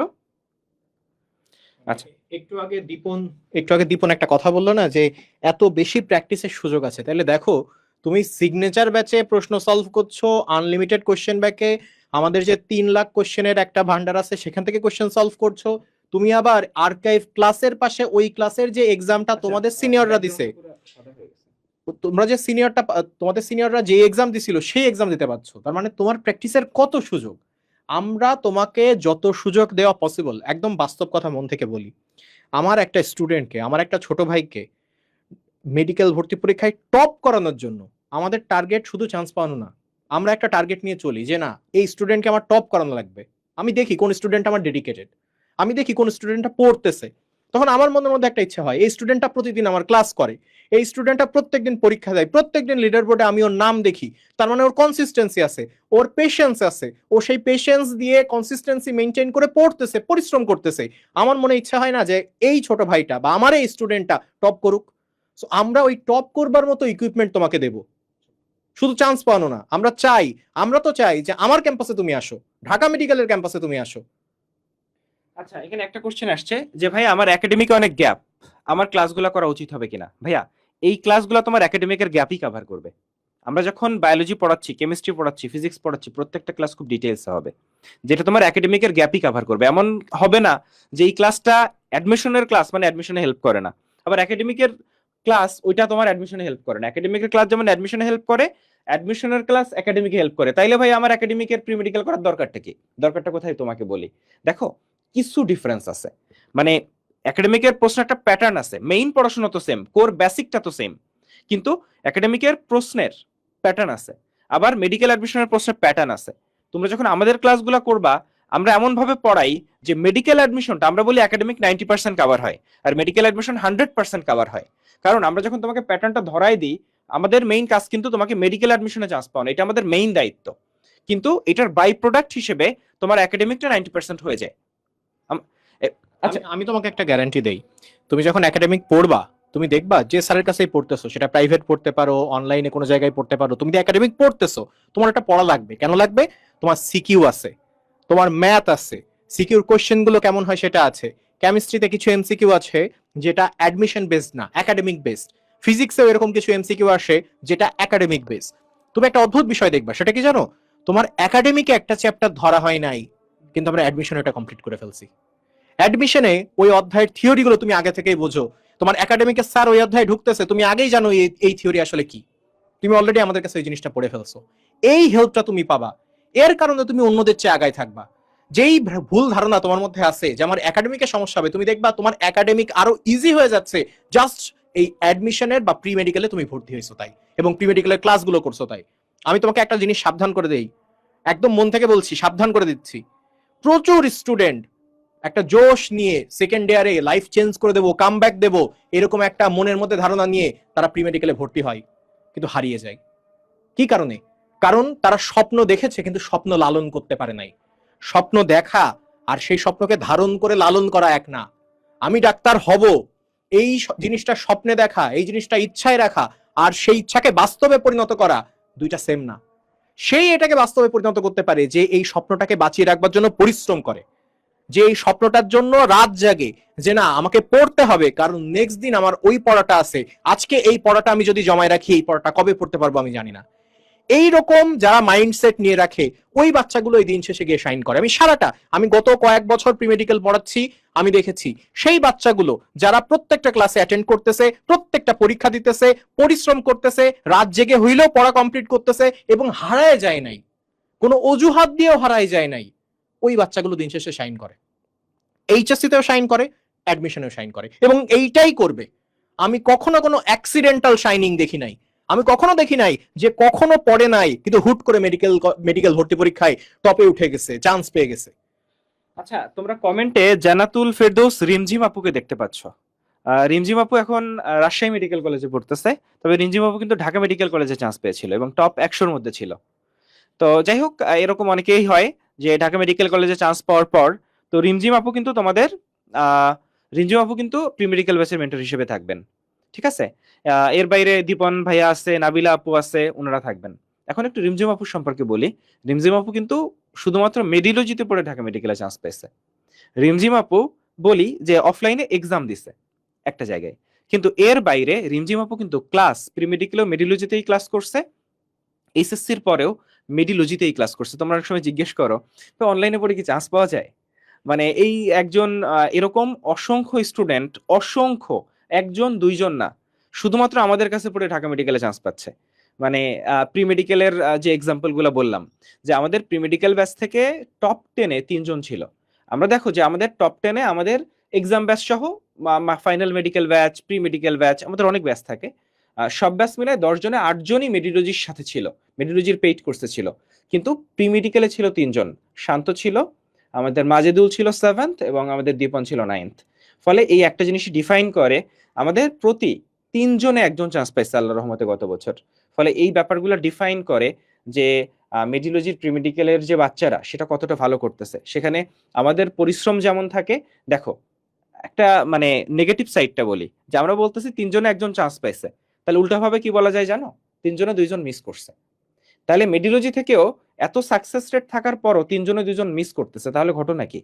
ঘটনা হচ্ছে যারা আসলে কথা শুনতেছে, যারা নিজে পরিশ্রম করতেছে, দিন শেষে চান্সটা আসলে নিজের কাছে। টিচাররা তো সবাই পরিশ্রম করে, আমাদের থেকে একেবারে বাংলাদেশে ফার্স্টও হচ্ছে, আবার আমাদের থেকে মেডিকেলে ফেলও করতেছে। কারণ যে পড়াশোনা করতেছে না, মানে দিন শেষে দায়িত্বটা, মূল দায়িত্বটা তোমার, 80% তোমার, হয়তো 20% বলতে পারি যে আমরা হেল্প করতে পারি, কিন্তু 80%ই তোমার। ফলে তুমি যদি ব্যর্থ হও, তার ব্যর্থতার দায়িত্ব আমাদের, কিন্তু মূল ব্যর্থতার দায়ভারটা তোমাকেই নিতে হবে। ঠিক একইভাবে তুমি যদি সফল হও, সেই সফলতার মূল ক্রেডিটটা কিন্তু তোমার, আমাদের না। আমরা সহায়ক হিসেবে কাজ করি, কিন্তু সফলতার মূল ক্রেডিটটাও ঠিক তোমার। হাফিজ ভাই যেটা বললো না, যে আমরা কিন্তু 3 জনে 2জনকে চান্স পাওয়াতে পারি না, এই 2জন কারা জানো? যে এই 2জনকে হাজার বলেও আমরা ক্লাসে আনতে পারি নাই, যে 2জনকে এত বোঝানোর চেষ্টা করছি যে তুই রাত্রেবেলা তো সময়টা নষ্টই করছিস, তার চেয়ে আমাদের ক্লাসগুলো কর, তোর নাম্বার বেশি পাওয়ার দরকার নাই কিন্তু ডেইলি ক্লাসে, ডেইলি এক্সামে অ্যাটেন্ড কর। ওকে মেসেজ পাঠানো হয়েছে যে তোমার এক্সাম আছে, প্লিজ এক্সামে অ্যাটেন্ড করো, তারপরও তাদেরকে আমরা ফেরাইতে পারি নাই। দিন শেষে আমরা শত চেষ্টা করেও যখন তাকে ফেরাইতে পাচ্ছি না, ভাগ্যর যে খেলা, সে খেলা দিন শেষে খেলা হয়ে গেছে। একজন জিজ্ঞাসা করতেছে, মাইশা জিজ্ঞাসা করতেছে, ভাই বই কি লাইভ ক্লাসে দাগাই দেবেন? তুমি যদি মেডিলজির ক্লাস দেখো, তুমি দেখবা যে আমরা আসলে লাইভ ক্লাসে বই দাগাই না। তোমাদের দাগানো বই আমরা পিডিএফ আকারে দিয়ে দেবো, তোমরা নিজেরা দাগাই নিবা। আমরা ক্লাসে আসি পড়া বোঝাইতে, বই দাগাইতে না। মানুষের একটা ভুল কনফিউশন, মানুষের একটা কনফিউশন আছে যে মেডিকেল মানে বই দাগানো। ভাই বই দাগানো যদি হইতোই, তা যেইগুলো দাগানো বই সেইটা পড়লেই তো আর মেডিকেল কোচিং করা লাগতো না, কারো কাছ থেকে দাগানো বই নিলেই তো আমার মেডিকেলে চান্স পাওয়া হয়ে যাইতো। তো এই ক্লাসগুলো একটু দেখো, আমরা প্রচুর ডেমো ক্লাস নিচ্ছি কয়েকদিনে, গত 3 দিনে কিন্তু আমি, হাফিজ ভাই, তোমাদের জিৎ ভাইয়া, আমরা 3 জন ডেমো ক্লাস নিছি। তুমি ক্লাস দেখে অন্তত বোঝো যে ক্লাসের কোয়ালিটিটা কি, ক্লাসে কি শেখানো হয়। ভাই আমি সহজভাবেই বলি যে আচ্ছা 3টা ডেমো ক্লাসের লিংক আমরা দিয়ে দিব, প্লিজ আল্লাহর ওয়াস্তে তোর ভর্তি হইতে হবে না, 3টা ডেমো ক্লাস দেখ। প্রি মেডিকেলে আসলে কেমনে পড়ায় বা কেমনে পড়তে হয় এটা দেখতে পারবি, মানে সহজ। ফলে এই 3টা ক্লাস একটু দেখো, মানে মেডিওলজির ক্লাস কোয়ালিটি যে কেমন, আমার মনে হয় এই 3টা ক্লাস করলে তুমি বুঝতে পারবা। এর বাইরে তোমার আর কিচ্ছু দরকার নাই, ঠিক আছে? মেডিওলজিতে বাচ্চারা কেন ভরসা করে, এত এত বাচ্চারা মেডিওলজি থেকে কেন এত এত চান্স পায়, আমার মনে হয় ক্লাস কোয়ালিটি দেখে ভর্তি হওয়া উচিত। আরেকটা ব্যাপার বলি, যে তোমরা প্রায় শুনো যে ভাইয়া কোন কোচিং এ ভর্তি হব, বা আমরা দেখি যে বিভিন্ন গ্রুপে যে এসে জিজ্ঞেস করো। তো সহজ কিছু বলি, হ্যাঁ, কিভাবে তুমি একটা কোচিং সিলেক্ট করবা। প্রথম পয়েন্ট হচ্ছে ক্লাস দেখবা। টিচারদের ক্লাস যদি তুমি বুঝো, মানে তোমার মনে হয় যে না ভাইয়ের ক্লাস আমি বুঝতেছি, 1 নাম্বার পয়েন্ট। 2 নাম্বার, যার ক্লাস দেখে তুমি ভর্তি হচ্ছ সে ফিউচারে ক্লাস নিবে কিনা এটা তোমাকে এনশিওর করতে হবে, বা সেই টিচার কয়টা ক্লাস নিবে। সেই হিসেবে আমরা একটু বলে দিই যে আমাদের বায়োলজি ডিপার্টমেন্টে আমি এবং রিয়াদ ভাইয়া, আমি ম্যাক্সিমাম ক্লাস নিব, রিয়াদ ভাইয়া কিছু ক্লাস নিবে। তুমি আমাদের দুইজনেরই রেফারেন্স ক্লাস মেডিওলজি ইউটিউব চ্যানেলে পেয়ে যাবা। আচ্ছা, এরপরে চলে আসো কেমিস্ট্রি ডিপার্টমেন্টে আমি এবং জিৎ ভাইয়া। জিৎ ভাইয়া আমার থেকে একটু বেশি ক্লাস নিবে, আমিও ক্লাস নিব। ফলে কেমিস্ট্রিতে আমি আর জিৎ ভাইয়া, আমার ক্লাস এবং জিৎ ভাইয়ার ক্লাস দুইজনের ক্লাসই মেডিওলজি ইউটিউব চ্যানেলে আছে। ফিজিক্স মেইনলি জীবন ভাইয়া নিবে, অন্তর ভাইয়া কিছু ক্লাস নেবেন।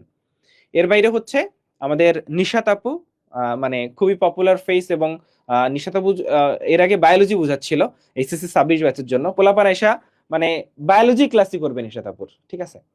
ফলে জাস্ট ইমাজিন যে নিশাত আপু ইংলিশে স্পেশালিস্ট, উনি ইংলিশ কতটা ভালো পড়ান। যে বাচ্চা, নিশাত আপু কিন্তু রেগুলার বায়োলজি ক্লাস নেন না, তাও পোলাপান নিশাত আপুর বায়োলজি ক্লাস করবে, সেখানে উনি ইংলিশ কতটা ভালো পড়ান। মানে আমার কাছে মনে হয় কি যে নিশাত আপু হচ্ছে মানে কি বলা যায়, যে কেন জানি নিশাত আপু একটু আন্ডার রেটেড মেডিকেল ইংলিশের জন্য, মানে মেডিকেল ইংলিশের জন্য one of the finest teacher in Bangladesh Nishat আপু।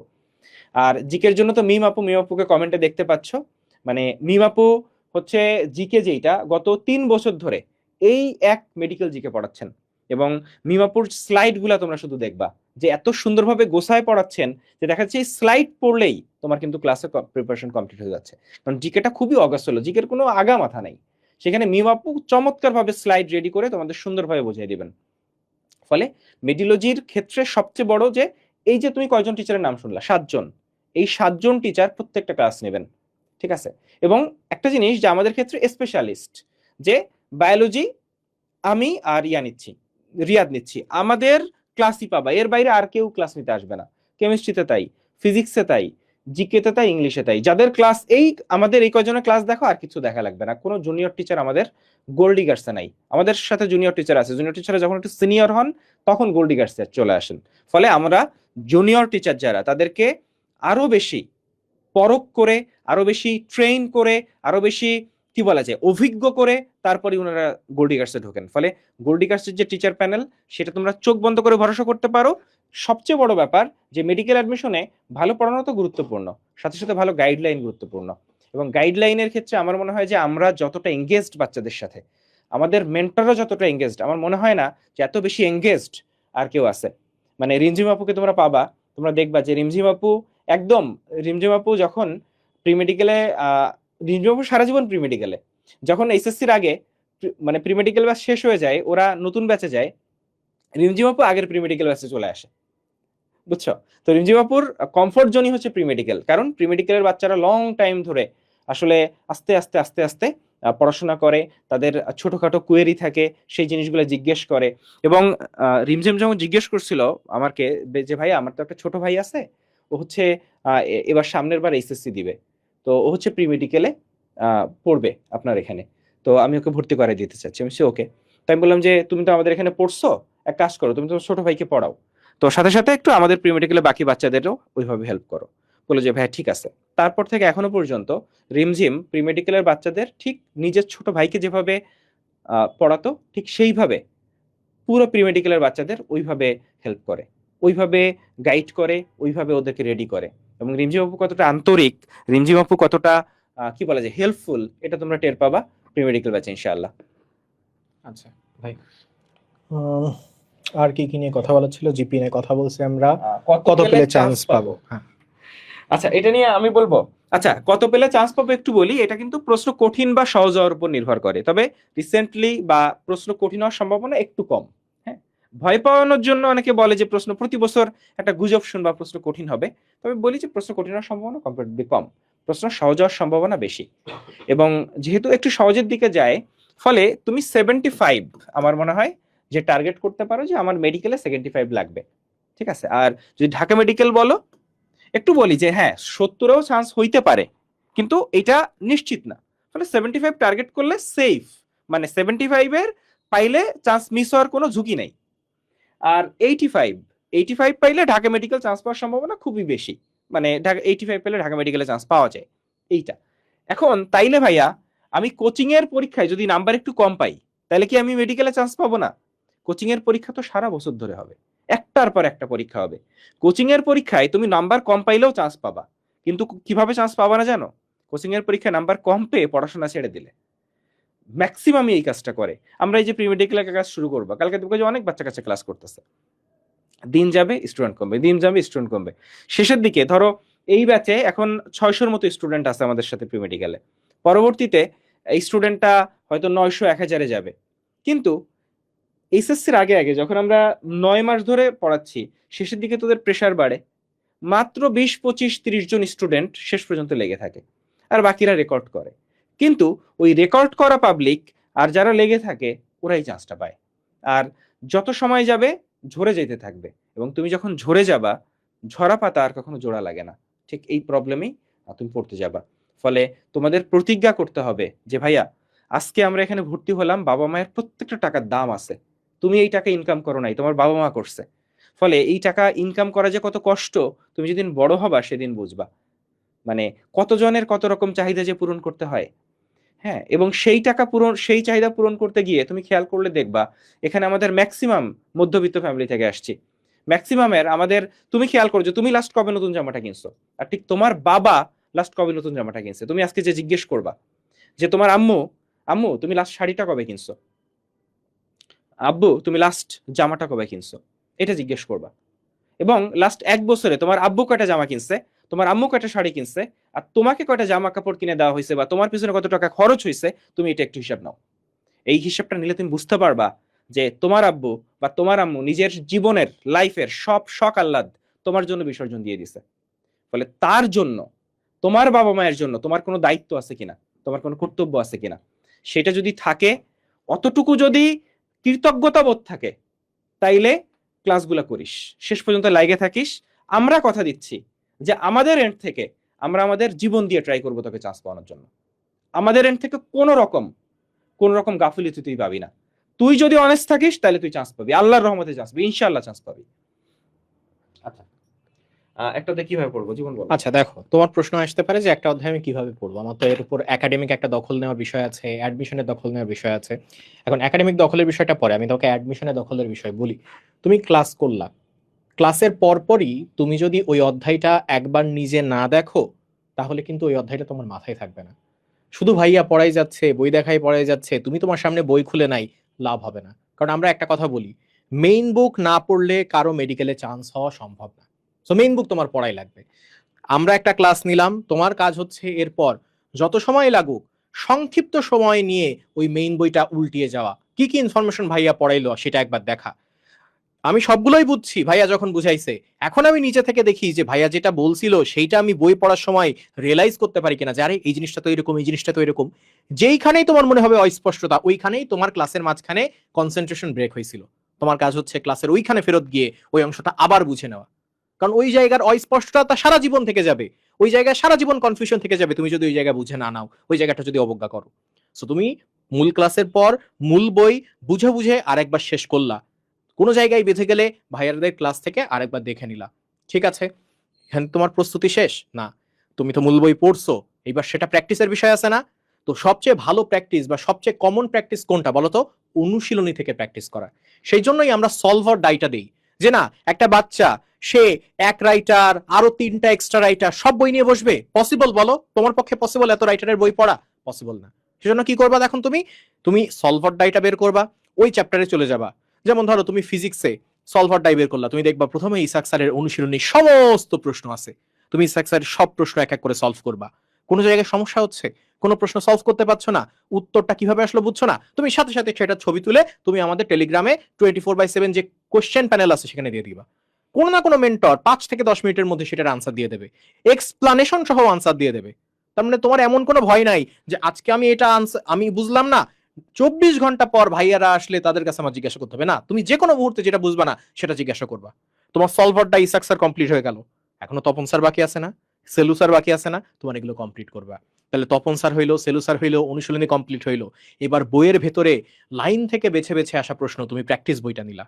তাহলে চিন্তা করো, তুমি নিজে বই পড়ছো, তুমি অনুশীলনীর বই কমপ্লিট করছো, এবার তুমি প্র্যাকটিস বুক নিচ্ছ, প্র্যাকটিস বুকও তুমি কমপ্লিট করতেছো। কোনো জায়গায় সমস্যা হইলে সাথে সাথে ভাইদের জিজ্ঞাসা করতেছো, ভাই এটা কিভাবে হবে, কোশ্চেন প্যানেলে জিজ্ঞাসা করতেছো, মেন্টররা সাথে সাথে রিপ্লাই করতেছে।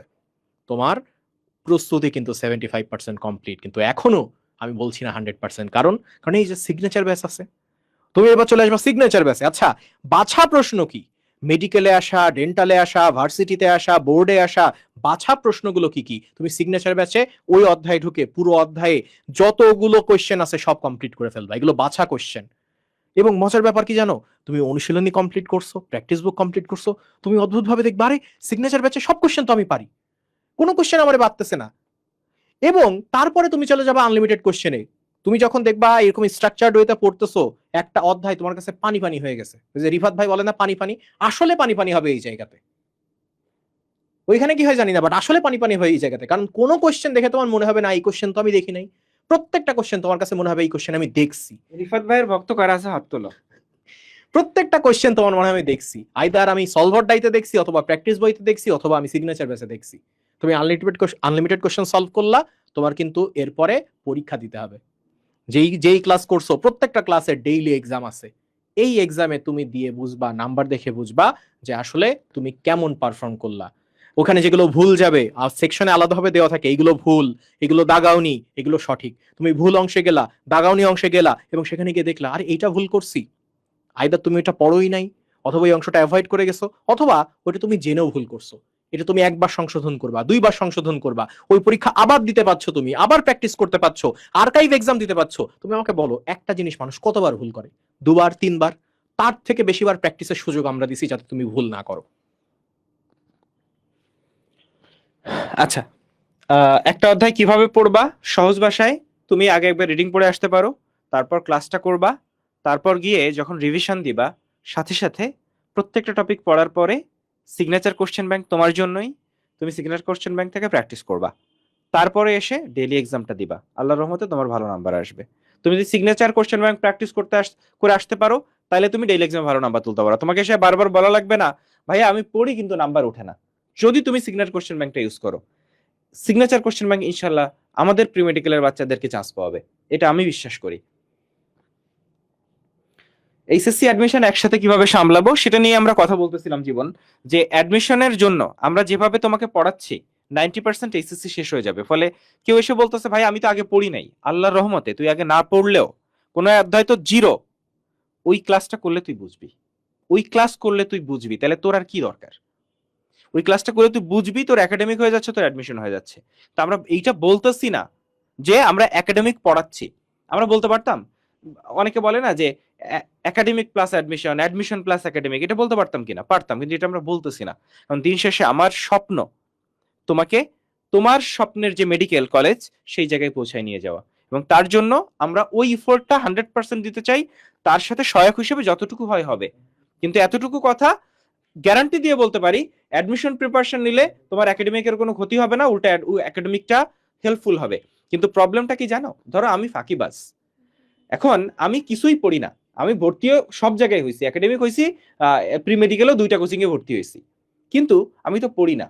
তারপর আমার একাডেমিক এইচএসসি রেজাল্ট খারাপ হয়েছে, তারপর আব্বু এসে তো দিছে পিটান, হ্যাঁ, তারপর এসে কান্নাকাটি করে বলতেছি যে তুমি আমাকে প্রি মেডিকেলে ভর্তি করাইছিলা কেন, এই প্রি মেডিকেল পড়তে যাইয়া আমার আজকে অ্যাডমিশন খারাপ হয়ে গেল।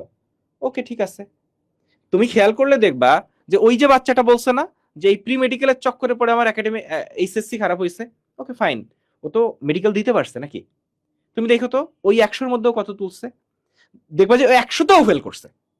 ভাই তাহলে ও 2 বছর ধরে প্রি মেডিকেল পড়ছে, তাহলে ওই 100-তে 40 তুলতে পারলো না কেন? ফলে যারা এই কথা বলে, একটা কথা আছে আমাদের বাঙালির অজুহাতের হাতের কোনো অভাব নাই, মানে হাত উপরে নিচে ডানে বামে সব জায়গায়, ফলে অজুহাত দিলে অনেক দেওয়া যায়। কিন্তু অ্যাকচুয়াল ব্যাপারটা হচ্ছে এখন এসে বর্তমান সময়ে এসে, আমাদের সময় প্রি মেডিকেল শব্দটাই ছিল না। এই শব্দ আমরা আমাদের স্টুডেন্ট লেভেল বাপের জন্য শুনিনি, কিন্তু এখন এসে ওই যে কথা আছে না যে যুগের সাথে তাল মিলায় চলতে হয়, তো প্রি মেডিকেলটা হচ্ছে যুগের সাথে তাল মিলায়। অন্য 10 জন করতেছে মানে আগায় যাচ্ছে। মানে ব্যাপারটা প্রি মেডিকেলটা কেমন, যে 100 মিটারের একটা রেসে তুমি নামছো, কেউ একজন 50 মিটার আগায় দাঁড়ায় আছে, তুমি আমাকে বলো তো, তুমি যতই জোরে দৌড়াও, তুমি উসাইন বোল্ট হইলেও তুমি কি ওইখানে রিস্ক করতে পারবা যারা 50 মিটার আগে থেকে দৌড় শুরু করছে? 100 মিটারের একটা দৌড়ে কেউ যদি 50 মিটার আগে যেয়ে দাঁড়ায় থাকে, তুমি আমারে বলো, তুমি উসাইন বোল্ট হইলেও ওরে ধরতে পারবা? ঠিক এইটাই হচ্ছে প্রি মেডিকেল। তোমাদের আরেকটা প্রশ্ন থাকে যে ভাইয়া মানে পড়তেছি তো অনেক, প্রচুর পড়া পড়তেছি, জিদ্দা চলে আসছে। যাই হোক, প্রতিটা অধ্যায় পড়ার পরও মাথায় থাকতেছে না 15-20 দিন পরে। এক্ষেত্রে কি কাজ করবে? এক্ষেত্রে কাজ করবে হচ্ছে তোমাদের এই মেডিট্র্যাকটা। কেন মেডিট্র্যাকটা এইভাবে কাজ করবে সেটা হচ্ছে, তুমি মনে করো একটা চ্যাপ্টার ভালোভাবে পড়লা, ভাইরা যে পদ্ধতি বললো সেভাবে পড়লা, কিন্তু পড়ার পরে তুমি যখন পরপর 2-3টা চ্যাপ্টার সেম ওয়েতে পড়বা, এক্সাম দিবা, ফুললি শেষ করবা, দেখবা যে প্রথমে যেটা পড়ে আসছে ওটা অতটা মাথায় থাকবে না। এটাই নর্মাল, এটা আমারও থাকতো না। কি করা লাগবে? হয় 20 দিন, তা না হলে 30 দিন, মানে 1 মাস বা 20 দিন পর পর 4টা চ্যাপ্টার জাস্ট দেখে যাওয়া, যে হ্যাঁ আমার এগুলো তো পড়ছিলাম, এমসিকিউ কোন কোনগুলো ভুল গেছিল ওগুলো তুমি মার্ক আউট করে রাখছো না, যে এইগুলো ভুল গেছিল, এই জায়গায় ভুল গেছিল, সেগুলো আরেকবার একটু চোখ বোলাবা। দেখবা যে এরকম করলে কোনো অধ্যায় আমার মনে হয় না বাদ থাকবে। এটা আমি নিজে করে আসছি, এমন কি আমি যেহেতু ঢাকা মেডিকেলে নবম হয়েছে, সেক্ষেত্রে আমার বন্ধু বান্ধব যারা আছে, যারা টপ 10-এর ভিতরে ছিল, টপ 20-এর ভিতরে ছিল, অনেক ভালো রেজাল্ট করেছে, তাদের কাছ থেকেও শুনে এই একটা কথাই পেয়েছি যে বারবার তারা ভুল যাওয়া জিনিসগুলো হাইলাইট করতো। যেটা তুমি পারো সেটা তুমি অলরেডি পারো, যেটা ভুল করেছো সেটা যেন আর ভুল না যায়। 1বার 2বার 3বার ভুল যাওয়া ওকে জায়েজ, মেনে নিলাম, কিন্তু তার বেশিবার ভুল করা সেটা হচ্ছে বোকামি। ঠিক আছে, এই ভুলটা করা যাবে না ভাইয়া। আচ্ছা, আমি একটা জিনিস জিৎ ভাইয়াকে যাবে, জিৎ ভাইয়ের কাছে যাব, তার আগে একটা ছোট জিনিস বলে রাখি, শোনো। সেটা হচ্ছে একজন বলছো যে ভাইয়া আমাদের একটু সিকিউটার কিছু ক্লাস দেন। এখন আমি তোমাকে বলি ভাইয়া, এইখানে আমরা ডেডিকেটেড মেডিকেল অ্যাডমিশনের সার্ভিস তোমাকে দিব যাতে তুমি চান্স পাও। আমরা যদি এখন সিকিউর চক্করে পড়ে যাই, মানে একাডেমিকের চক্করে পড়ি, তাহলে দেখবা যে আমরা অ্যাডমিশনটাই ফোকাস করতে পারতেছি না। কারণ সিকিউ 2টা দিলে তুমি বলবো ভাই আর একটা ক্লাস দেন। কিন্তু আবারও আরেকটা কথা বলি, যে কেউ যদি আমাদের এখানে ভর্তি হও, তুমি একাডেমিক প্রিপারেশন নিবা, সেজন্য প্লিজ ভর্তি হইও না। আমরা কোথাও বলি নাই যে তোমার 100% একাডেমিক প্রিপারেশন আমরা কাভার করে দিব, কোথাও বলি নাই, ঠিক আছে? বা একাডেমিক ফুল কাভার হয়ে যাবে, এটাও বলি নাই। আমরা বলছি মেডিকেলের সাথে একাডেমিক কিছুটা হেল্প হবে, কারণ আমরা আমাদের জায়গায়, শোনো, অনেকেই হচ্ছে এই কথা বলে সিকিউর ক্লাস নিব, এইটা নিব, ওইটা নিব। আমরা সিকিউর সাজেশন দিয়ে দিব, আমাদের মেন্টররাই তোমাকে দিবে, লিখিত সাজেশন দিবে। কারণ এইটা যদি আমি করতে যাই, আমার মূল ফোকাস যেটা, পরে তুমি এসে বলবা যে ভাই মেডিকেল অ্যাডমিশনের প্রিপারেশনের জন্য তো ভর্তি হইলাম, তারপর তো সিলেবাস শেষ করতে পারলেন না। তুমি আমাকে বলো তো আমার টার্গেট কি? এইচএসসির আগে তোমাকে এমন ভাবে সিলেবাসটা শেষ করাই দেওয়া, খাওয়াই দেওয়া, তুমি বুকে হাত দিয়ে বলতে পারবা যে এখন আমার প্রিপারেশন কমপ্লিট, এইচএসসির পরে আমি রিভিশন দিব। ওই যে 100 মিটারের দৌড়ে 50 মিটার আমি অলরেডি আগায় দাঁড়ায় আছি, এইটা বলা। ফলে এইটা করতে যে এইগুলা খুব চটকদার, আমি জানি তোমার মাথায় এখন এইচএসসি আছে, মেডিকেল নাই। আমি যদি এসে বলি যে তোমার এই সিকিউ আমি ক্লাস নিব, আমার কাছে যে পরিমাণ স্টুডেন্ট ভর্তি হচ্ছে আরো মিনিমাম 50% স্টুডেন্ট বেশি হবে। এখন 600 স্টুডেন্ট আছে, এখন 900 স্টুডেন্ট হয়ে যাইতো যদি আমি বলতাম যে আমি সিকিউ ক্লাস নিব। কিন্তু এইটা যদি আমি করতে যাই, তাহলে আমার উদ্দেশ্য থেকে আমি সরে যাব। দিন শেষে তুমি আমাকে তখন মনে করবা যেদিন তুমি তোমার সাদা অ্যাপ্রনের স্বপ্নটা পূরণ হবে, যে তুমি মেডিকেল কলেজে চান্স পাবা, সেদিন তুমি আমার কথা মনে করবা, এবং আমরা চাই তুমি সেদিন আমার কথা মনে করো। তো কেমিস্ট্রি জিৎ দাদা ক্লাস নিবেন। তো জিৎ দাদা, কেমিস্ট্রি নিয়ে আসলে ওদের অনেক টেনশন, একটু বলেন কিভাবে কি পড়াবেন। এই বাবারা কি অবস্থা? আচ্ছা, এইখানে তোদের একটা কথা বলি, তোরা যে এইচএসসি প্রি মেডিকেল এইগুলা নিয়ে যে জটলা পাকাচ্ছিস, এটা রিজনটা কি? তোকে আগে বুঝতে হবে এইখানে ডিফারেন্স কোন জায়গাতে আছে আর কোন জায়গাতে নাই। সোজা কথায় এইচএসসি তে এমসিকিউ আসে কিনা 25টা? আসে। তোর মেডিকেল অ্যাডমিশনে 100টা এমসিকিউ আসে কিনা? আসে। তাহলে জায়গার ভিন্নতা কোথায়? ভিন্নতা হচ্ছে এইচএসসি তে তোর নেগেটিভ মার্কিং হয় না, গড় পাত্তায় তুই দাগাই আসিস 25টা, কিন্তু মেডিকেল অ্যাডমিশন টেস্টে কিন্তু নেগেটিভ মার্কিং আছে। এইচএসসি তে তোমাকে যাচাই করা হবে তোমার বেসিক আছে কিনা। আমি বারবার বলি যে বেসিকের দিকে জোর দাও, বেসিকের দিকে জোর দাও, কারণ এইচএসসি তে তুমি এই বেসিক জিনিসটাই শিখবা, তাই না? আর অ্যাডমিশন টেস্টে কি হবে, ওরা ধরেই নিছে তুই বেসিক জানিস, তুই না জানলেও তুই জানিস, সে তুই যেখানে থাকিস না কেন, এই বেসিকের অ্যাপ্লিকেশনটা তুই জানিস কিনা। দেখবি বইয়ের মধ্যে সুন্দর করে, আমি বোটানির একটা কথা বলি, তোমরা অণুজীব চ্যাপ্টার পড়ছো কিনা জানি না, ওইখানে সুন্দর করে লেখা আছে গ্রাম পজিটিভ গ্রাম নেগেটিভ, ব্র্যাকেটে লেখা আছে সিলেবাস বহির্ভূত, এখন পড়ার কোনো দরকার নাই। কিন্তু দেখবা ফট করে মেডিকেল অ্যাডমিশন টেস্টে একটা কোশ্চেন দিয়ে বসে আছে। তো এই যে এই জায়গাগুলো হচ্ছে পার্থক্য, আমরা ধরাই দিব তোকে এটা পড়তে হবে, এটা এইভাবে মনে রাখবি, ঠিক আছে? আর যেহেতু দুইটাতেই এমসিকিউ আছে, তাহলে এখানে তো আসলে ঘাবড়ানোর কোনো দরকার নাই, তাই না? আর কেমিস্ট্রি নিয়ে যদি বলি, কেমিস্ট্রি নিয়ে তোমাদের টেনশনের কোনো কারণ নাই। তোমরা যারা আমার ক্লাস দেখছো, ফ্রি ক্লাসও ইউটিউব চ্যানেলে আছে, হ্যাঁ, আর পেইড ব্যাচে তো পাবাই। এই যে সবগুলো আগুন ইমোজি দিচ্ছে, অলরেডি তারা জানে, সমস্যা নাই, ক্লাসে দেখা হবে। সবচাইতে বড় ব্যাপার, আহ, তোমাদের কলেজ বলো বা প্রাইভেট কোচিং বলো, মূল বইটাকে কেউ ফোকাস দেয় না, মূল বইটাকে কেউই ফোকাস দেয় না, এটা আমি জানি। এবং তোমরা গুণগত রসায়ন 2 মাস ধরে পড়ো, পড়েও কিছু পারো না। হ্যাঁ, কারণ কি? কারণ আমাদের হাজির নাকসারের বইটা ওইভাবে গোছানো নাই। রুটিন দেখছেন? রুটিনটা দেখাই। রুটিন, কথা যখন বললেন না, রুটিনটা দেখাই। আচ্ছা, আর গুণগত রসায়ন ক্লাস আছে অথচ আমি রুটিন জানি না, এটা তো অন্যায় আমার উপরে। আচ্ছা, রুটিন দেখাই থাকুক, আমি একটু বলতে লাগি। হাজির নাকসারের বইটা খুললে দেখবা অগোছালো অবস্থায় আছে। কেন? কিন্তু পড়তে তো হবে তোমাকে সিকোয়েন্সিয়ালি, তাই না? হাজির নাকসারের বইটা তোমাকে দাগিয়ে পড়তে হবে, কোন লাইনগুলো ইম্পর্টেন্ট এটা জানতে হবে। সো ঠিক আছে, আমার গুণগত রসায়নের ক্লাস আছে, 3টা ক্লাস আছে, 3টা ক্লাসে খুব সুন্দরভাবে বেসিক থেকে কভার করে দিব, তোমাদের কোনো সমস্যা নাই। যেটা বলছিলাম, হাজির নাকসারের বইটা অগোছালো, তো এইটা আমি তোদের গুছাই দিব যে এখান থেকে প্রশ্ন আসে, এইভাবে হবে, এইভাবে তুই পড়বি, এমসিকিউ, হ্যান্ড ক্যালকুলেশন, তোর কোনো মাথা ব্যথা নেই। আমি ছোট সব একটা জিনিস ইয়া অ্যাড করে করি, সেটা হচ্ছে এই যে জিৎ রুটিন জানে না, কিন্তু রুটিন করা হয়ে গেছে। মানে এইটা হচ্ছে একটা ব্যাপার যে জিতকে যদি আমি বলি যে জিত এই ক্লাস 3টা আছে, এই 3টে ক্লাসটা করাইতে হবে, ও কখনো বলবে না আমি জানি যে ভাই আমি তো ব্যস্ত আছি, আমি করাইতে পারবো না। মানে স্টুডেন্টের চাহিদার ক্ষেত্রে ও কখনো না বলে না। স্টুডেন্ট যদি বলে যে ভাইয়া এইটা আবার বুঝান, এইটা এইরকম, ওইটা ওইরকম, একটা এক্সট্রা ক্লাস লাগবে, জিৎ দাদু এটা করবে। মানে আমাদের প্রত্যেকটা টিচার আন্তরিকতা ওই জায়গায় বলেই আল্লাহর রহমতে আমাদের কাছে এত বাচ্চারা ভরসা করে এবং ফিউচারেও করবে। এবং আরো একটা কথা বলি যে যত সময় যাচ্ছে, মানে আমরা প্রতি বছর এই জিনিসটা দেখি যে যদি আমরা বলি যে 24 সালে আমরা যে সার্ভিস দিছি, 25 সালে তার থেকে বেটার সার্ভিস দিছি, এবছর 26 সাল আমরা প্রি মেডিকেলে আরো বেটার সার্ভিস দিব। কারণ যত সময় যায় তত সবকিছু আরো পরিণত হয়, আমরা আরো পরিণত হই, আমরা সবকিছু আরো বেশি গোছাই, আমাদের প্যানেলটা আরো বেশি স্ট্রং আগের থেকে। ফলে এবছর তো একটু বলি, রুটিনটা যখন চলেই আসছে, ফলে প্রতি সপ্তাহে 3 দিন ক্লাস হবে, শনি সোম বুধ। এবং যে 3 দিন ক্লাস হবে তুমি খেয়াল করো যে আচ্ছা 15 তারিখ আমার ক্লাস, তারপরে সোমবার জীবন ভাইয়ের ক্লাস, 19 তারিখ নিশাতাপুর ক্লাস, তারপর এই সপ্তাহটা হচ্ছে কেমিস্ট্রি উইক, জিৎ দাদার উইক। এরপরে হচ্ছে শনিবার মিম আপু ক্লাস নিবেন, আন্তর্জাতিক জিকে, তারপরে আমি অনুজীব ক্লাস নিব, এটা টানা আমার 3টা ক্লাস আছে।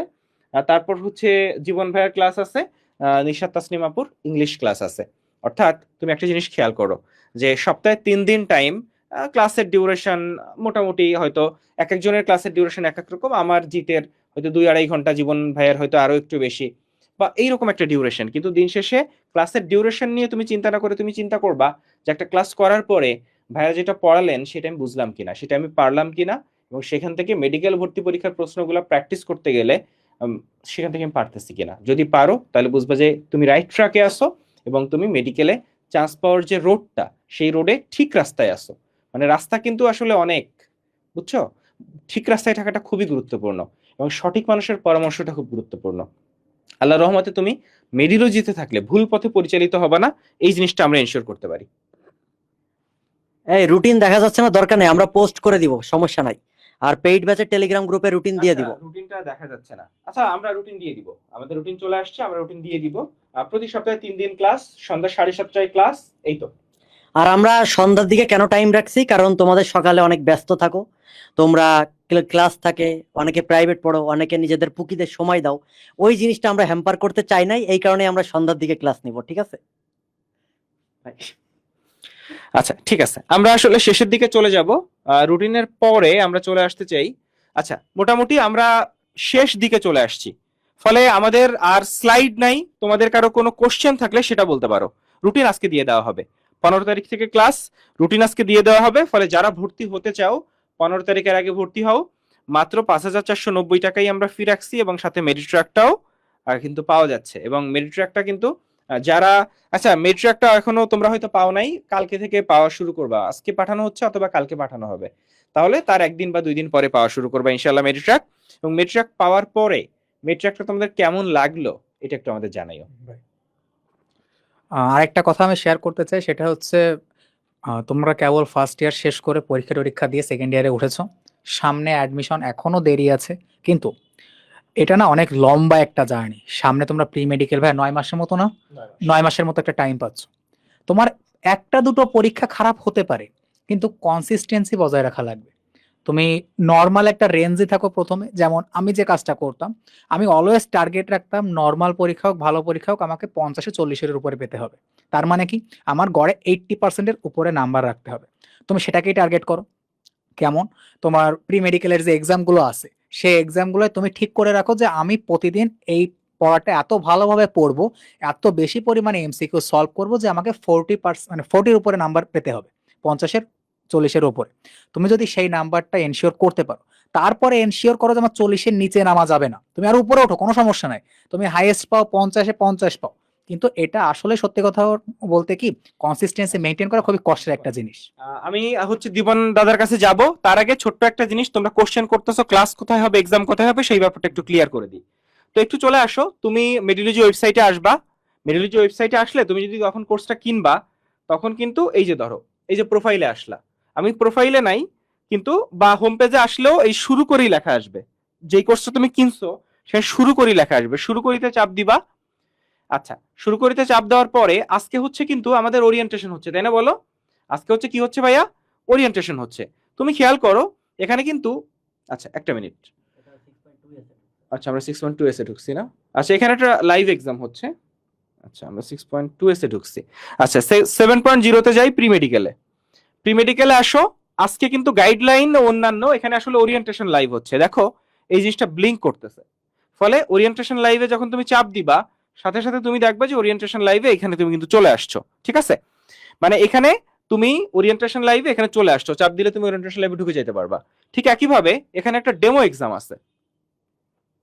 আচ্ছা ওকে, আচ্ছা একটা মিনিট, হ্যাঁ বেরোনো যায়, কিন্তু এই যে এটা, হ্যাঁ ওকে। দেখো এই যে ডেমো এক্সাম, তুমি ডেমো এক্সামে, এটা জাস্ট বোঝানোর জন্য যে এক্সামটা কেমন হবে। তো এক্সামে খেয়াল করো এখানে কিছু নির্দেশনা আছে, মোট প্রশ্ন, টাইম, লাইভ এক্সাম চলতেছে কতক্ষণ লাইভ এক্সাম চলবে সেটা, আর নেগেটিভ মার্কিং যেটা সেটা সেকেন্ড টাইমারদের জন্য, তুমি সেকেন্ড টাইমার না তাই এটা ক্রস দিয়ে দিবা। এখানে কিন্তু এসএসসি এইচএসসি জিপিএ আছে, আমাদের এক্সাম সিস্টেমটা কিন্তু জিপিএ সহ এক্সাম, অর্থাৎ তোমার জিপিএ এখানে দিলে তোমার এইচএসসি বা এসএসসি জিপিএ অনুযায়ী যে নাম্বার কাটা দরকার সেই নাম্বার কেটে তোমাকে রেজাল্টটা দিবে। ফলে পরীক্ষা শুরু করি, এখানে লেখা আছে কিন্তু লাইভ এক্সামে একবারই অ্যাটেন্ড করা যাবে, এরপরে যখন এক্সাম দিতে পারবো প্র্যাকটিস এক্সাম। আচ্ছা তো এখানে খেয়াল করো তুমি কিন্তু টোটাল প্রত্যেকটা প্রশ্ন দাগাইতে পারবা। হ্যাঁ তো একটু বলি, স্ক্রল করবা হচ্ছে এই সাইড দিয়ে বা এই সাইড দিয়ে, অর্থাৎ বর্ডারের বাইরে থেকে স্ক্রল করবা। হ্যাঁ কারণ একবার যখন দাগাবা এটা কিন্তু আর চেঞ্জ করা যায় না। কেন চেঞ্জ করা যায় না? কারণ তুমি অফলাইনে যখন দাগাও, একবার দাগাইলে ভুলে দাগাই ফেললে ওটা চেঞ্জ করা যায়, ফলে এখানেও কিন্তু একবার দাগাইলে চেঞ্জ করা যায় না। ফলে আমরা তোমাকে ওই ফিলটা দিতে চাইছি যে ভুল করলে ব্যাকে আসার, ব্যাক বাটনে চাপার কোনো সুযোগ নেই। ফলে এভাবে তুমি এক্সামগুলা কমপ্লিট করার পরে জমা দিনে চাপ দাও। চাপ দিলে কিন্তু আমি যেহেতু একটা দাগাইছি, ওরা একটা সতর্কতা দিচ্ছে যে ভাই সব দাগান নাই, সব দাগায় আসেন। যাই হোক আমি দাগাবো না, জমা দিনে চাপ দিলাম। এখানে কিন্তু তুমি আসলে তুমি কত পেলে, 101 পাইছি। 101 পাইছি মানে 200-র মধ্যে, কারণ হচ্ছে রেজাল্টের জিপিএ এর নাম্বার আমি পাইছি আর পরীক্ষায় 1 পাইছি। আচ্ছা এই হচ্ছে টোটাল ঘটনা। ফলে একটু চলে আসো, সবচেয়ে চমৎকার ব্যাপার হচ্ছে এইটা, যেখানে সঠিক যেগুলা সেগুলা এখানে লিস্ট চলে আসবে, ভুল যেগুলা এইটা হচ্ছে সবচেয়ে চমৎকার, যে ভুলগুলার আমি ভুল করি নাই, দাগাইছি একটা, তো ভুল যেগুলা সেগুলা হচ্ছে তুমি এখানে দেখতে পারবা, এবং এই ভুলগুলাই তোমার জন্য ইম্পর্টেন্ট। তুমি বারবার এখানে আসবা, ভুলগুলা দেখবা, কারণ এই ভুলগুলা ঠিক করলেই তুমি মেডিকেলে চান্স পাবা। আচ্ছা আর ব্ল্যাঙ্ক যেগুলা সেগুলা এখান থেকে দেখতে পারবা, অর্থাৎ এখানে কিন্তু দেখো তুমি কিন্তু ব্যাখ্যা সহ পাচ্ছ, দেখছো ব্যাখ্যা সহ আছে। ফলে এইটা আমরা হোপফুলি বুঝতে পারছি ক্লাস এবং এক্সামের ব্যাপারটা। এখন ধরো তুমি আজকে কথার কথা গুণগত রসায়ন ক্লাস, এটা রসায়ন প্রথম পত্রের, তাহলে দেখো গুণগত রসায়ন যখন ক্লাস হবে এখানে ক্লাস অ্যাড হয়ে যাবে, লাইভ ক্লাস। যখন এক্সাম হবে এখানে লাইভ এক্সাম অ্যাড হয়ে যাবে, তারপর এটা থেকে যাবে এক্সাম ক্লাস শেষে। ফলে গুণগত রসায়ন ফোল্ডারে আসলে এখানে সব ক্লাস এক্সাম পেয়ে যাবা। ঠিক আছে, এরপর চলে আসো, এখানে সবগুলো সাবজেক্ট আছে, কেমিস্ট্রি, ফিজিক্স, জিকে, ইংলিশ। এরপরে পেইড গ্রুপ, তুমি ভর্তি হলে দুইটা গ্রুপ পাবা, ফেসবুক আর টেলিগ্রাম। একটু বলি যে ফেসবুক গ্রুপেও লাইভ হবে, কিন্তু তুমি যদি ফেসবুক আইডি না থাকে তাতেও সমস্যা নাই, তোমার কিন্তু ওয়েবসাইটে তুমি ক্লাস করতে পারতেছো, এক্সাম দিতে পারতেছো। এছাড়া আপডেটের জন্য টেলিগ্রাম গ্রুপেই সব আপডেট পাওয়া যায়। ফলে ফেসবুক গ্রুপটা ম্যান্ডেটরি না, তবে যদি তুমি থাকো তুমি থাকতে পারো, তবে ফেসবুক গ্রুপ ছাড়াও কিন্তু তুমি ফুল কোর্সটা করতে পারবা। আর এখানে হচ্ছে দাগানো বইয়ের পিডিএফ পাবা এই ফোল্ডারে। তো নতুন বই আসতেছে এই মাসের শেষের দিকে, একেবারে ব্র্যান্ড নিউ নতুন বই আসলে সেই ব্র্যান্ড নিউ দাগানো বইয়ের পিডিএফও খুব সুন্দরভাবে পেয়ে যাবা। এই হচ্ছে ব্যাপার দীপন। যেখানে ছিলাম যে তোমার সামনের জার্নিটা হচ্ছে ম্যারাথন। এই ম্যারাথনে একটা দুটো জায়গায় তুমি হোঁচট খাইতেই পারো, একটা দুটো জায়গায় তোমার পরীক্ষা খারাপ হইতেই পারে, কিন্তু কনসিস্টেন্সি মেনটেন করার জন্য তোমাকে অবশ্যই মেন্টালি স্ট্রং হতে হবে। তোমার একটা দুটো পরীক্ষা খারাপ হোক কোনো সমস্যা নাই, পরের পরীক্ষা আরো ভালোভাবে দাও। দাদার যেরকম জিদ্দার যেরকম 3টা ক্লাস রয়েছে গুণগত রসায়নে, তাই না? প্রথম পরীক্ষাটা তুমি একটু খারাপ করে ফেলছো, তো কি হয়েছে, দ্বিতীয়টা ভালো করে দাও, তৃতীয়টা ভালো করে দাও। তোমার এই একটা দুটো এক্সাম তো তোমাকে ডিফাইন করছে না, তোমাকে ডিফাইন করছে লাস্টে গিয়ে তোমার অ্যাডমিশনের রেজাল্টটা। ঠিক আছে? তো একটা জিনিস একটু মাথায় রাখবা, তুমি যদি তোমার প্রতি সৎ থাকো, তোমার কাজের প্রতি সৎ থাকো, দিন শেষে ওপরওয়ালা তোমাকে ঠিক সেই সৎ হওয়ার যোগ্যতা দেবে, আর সেই যোগ্যতা অনুযায়ী তুমি তোমার ফলাফল পাবা। ঠিক আছে ভাইয়া? আচ্ছা, তো নিশাত আপু আসলে ইংরেজি নিয়ে কথা বলবে, কারণ ইংরেজি নিয়ে সবচেয়ে ভয়, মানে মেডিকেলে সবচেয়ে বেশি ভয় ইংরেজিতে। এবং এখানে একজনও আসছো বুকে হাত দিয়ে বলতে পারবা যে ভাই আমি ইংলিশে আমার কোনো সমস্যা নাই। যদি কেউ থাকো হাত উঁচু করো, আমরা তোমার একটু ভাইবা নিব, নিশাত আপু ভাইবা নিবে, বুঝছো? যদি কেউ থাকো হাত উঁচু করো। তো যাই হোক, তোমার ইংরেজির সমস্যা সমাধানের জন্য কিন্তু এবং জিকের সমস্যা নিশাত আপু, মিমাপু আছে, মিমাপু অসুস্থ, তো আমরা নিশাত আপু থেকে শুনবো যে আমরা ইংরেজির প্রিপারেশনটা আসলে কিভাবে নিব এবং প্রি মেডিকেলে ইংরেজির ব্যাপারটা কিভাবে কাজ করবে। নিশাত আপু।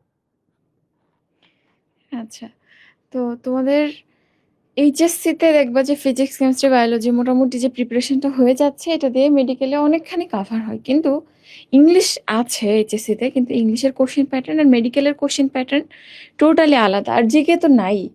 তোমরা সব থেকে বেশি সাফার করো এই দুইটা সাবজেক্টে। তো আমাদের টার্গেট থাকবে যে এইচএসসি শেষ করার আগে অন্তত এই দুইটা সাবজেক্টকে এমন জায়গায় আচ্ছা, নিয়ে আমি আসা। ছোট্ট একটা জিনিস একটু বলি। আচ্ছা, জিজ্ঞেস করতেছো ডেমো এক্সাম অ্যাপে আছে কিনা বা তোমরা ফ্রিতে দেখতে পারবা কিনা।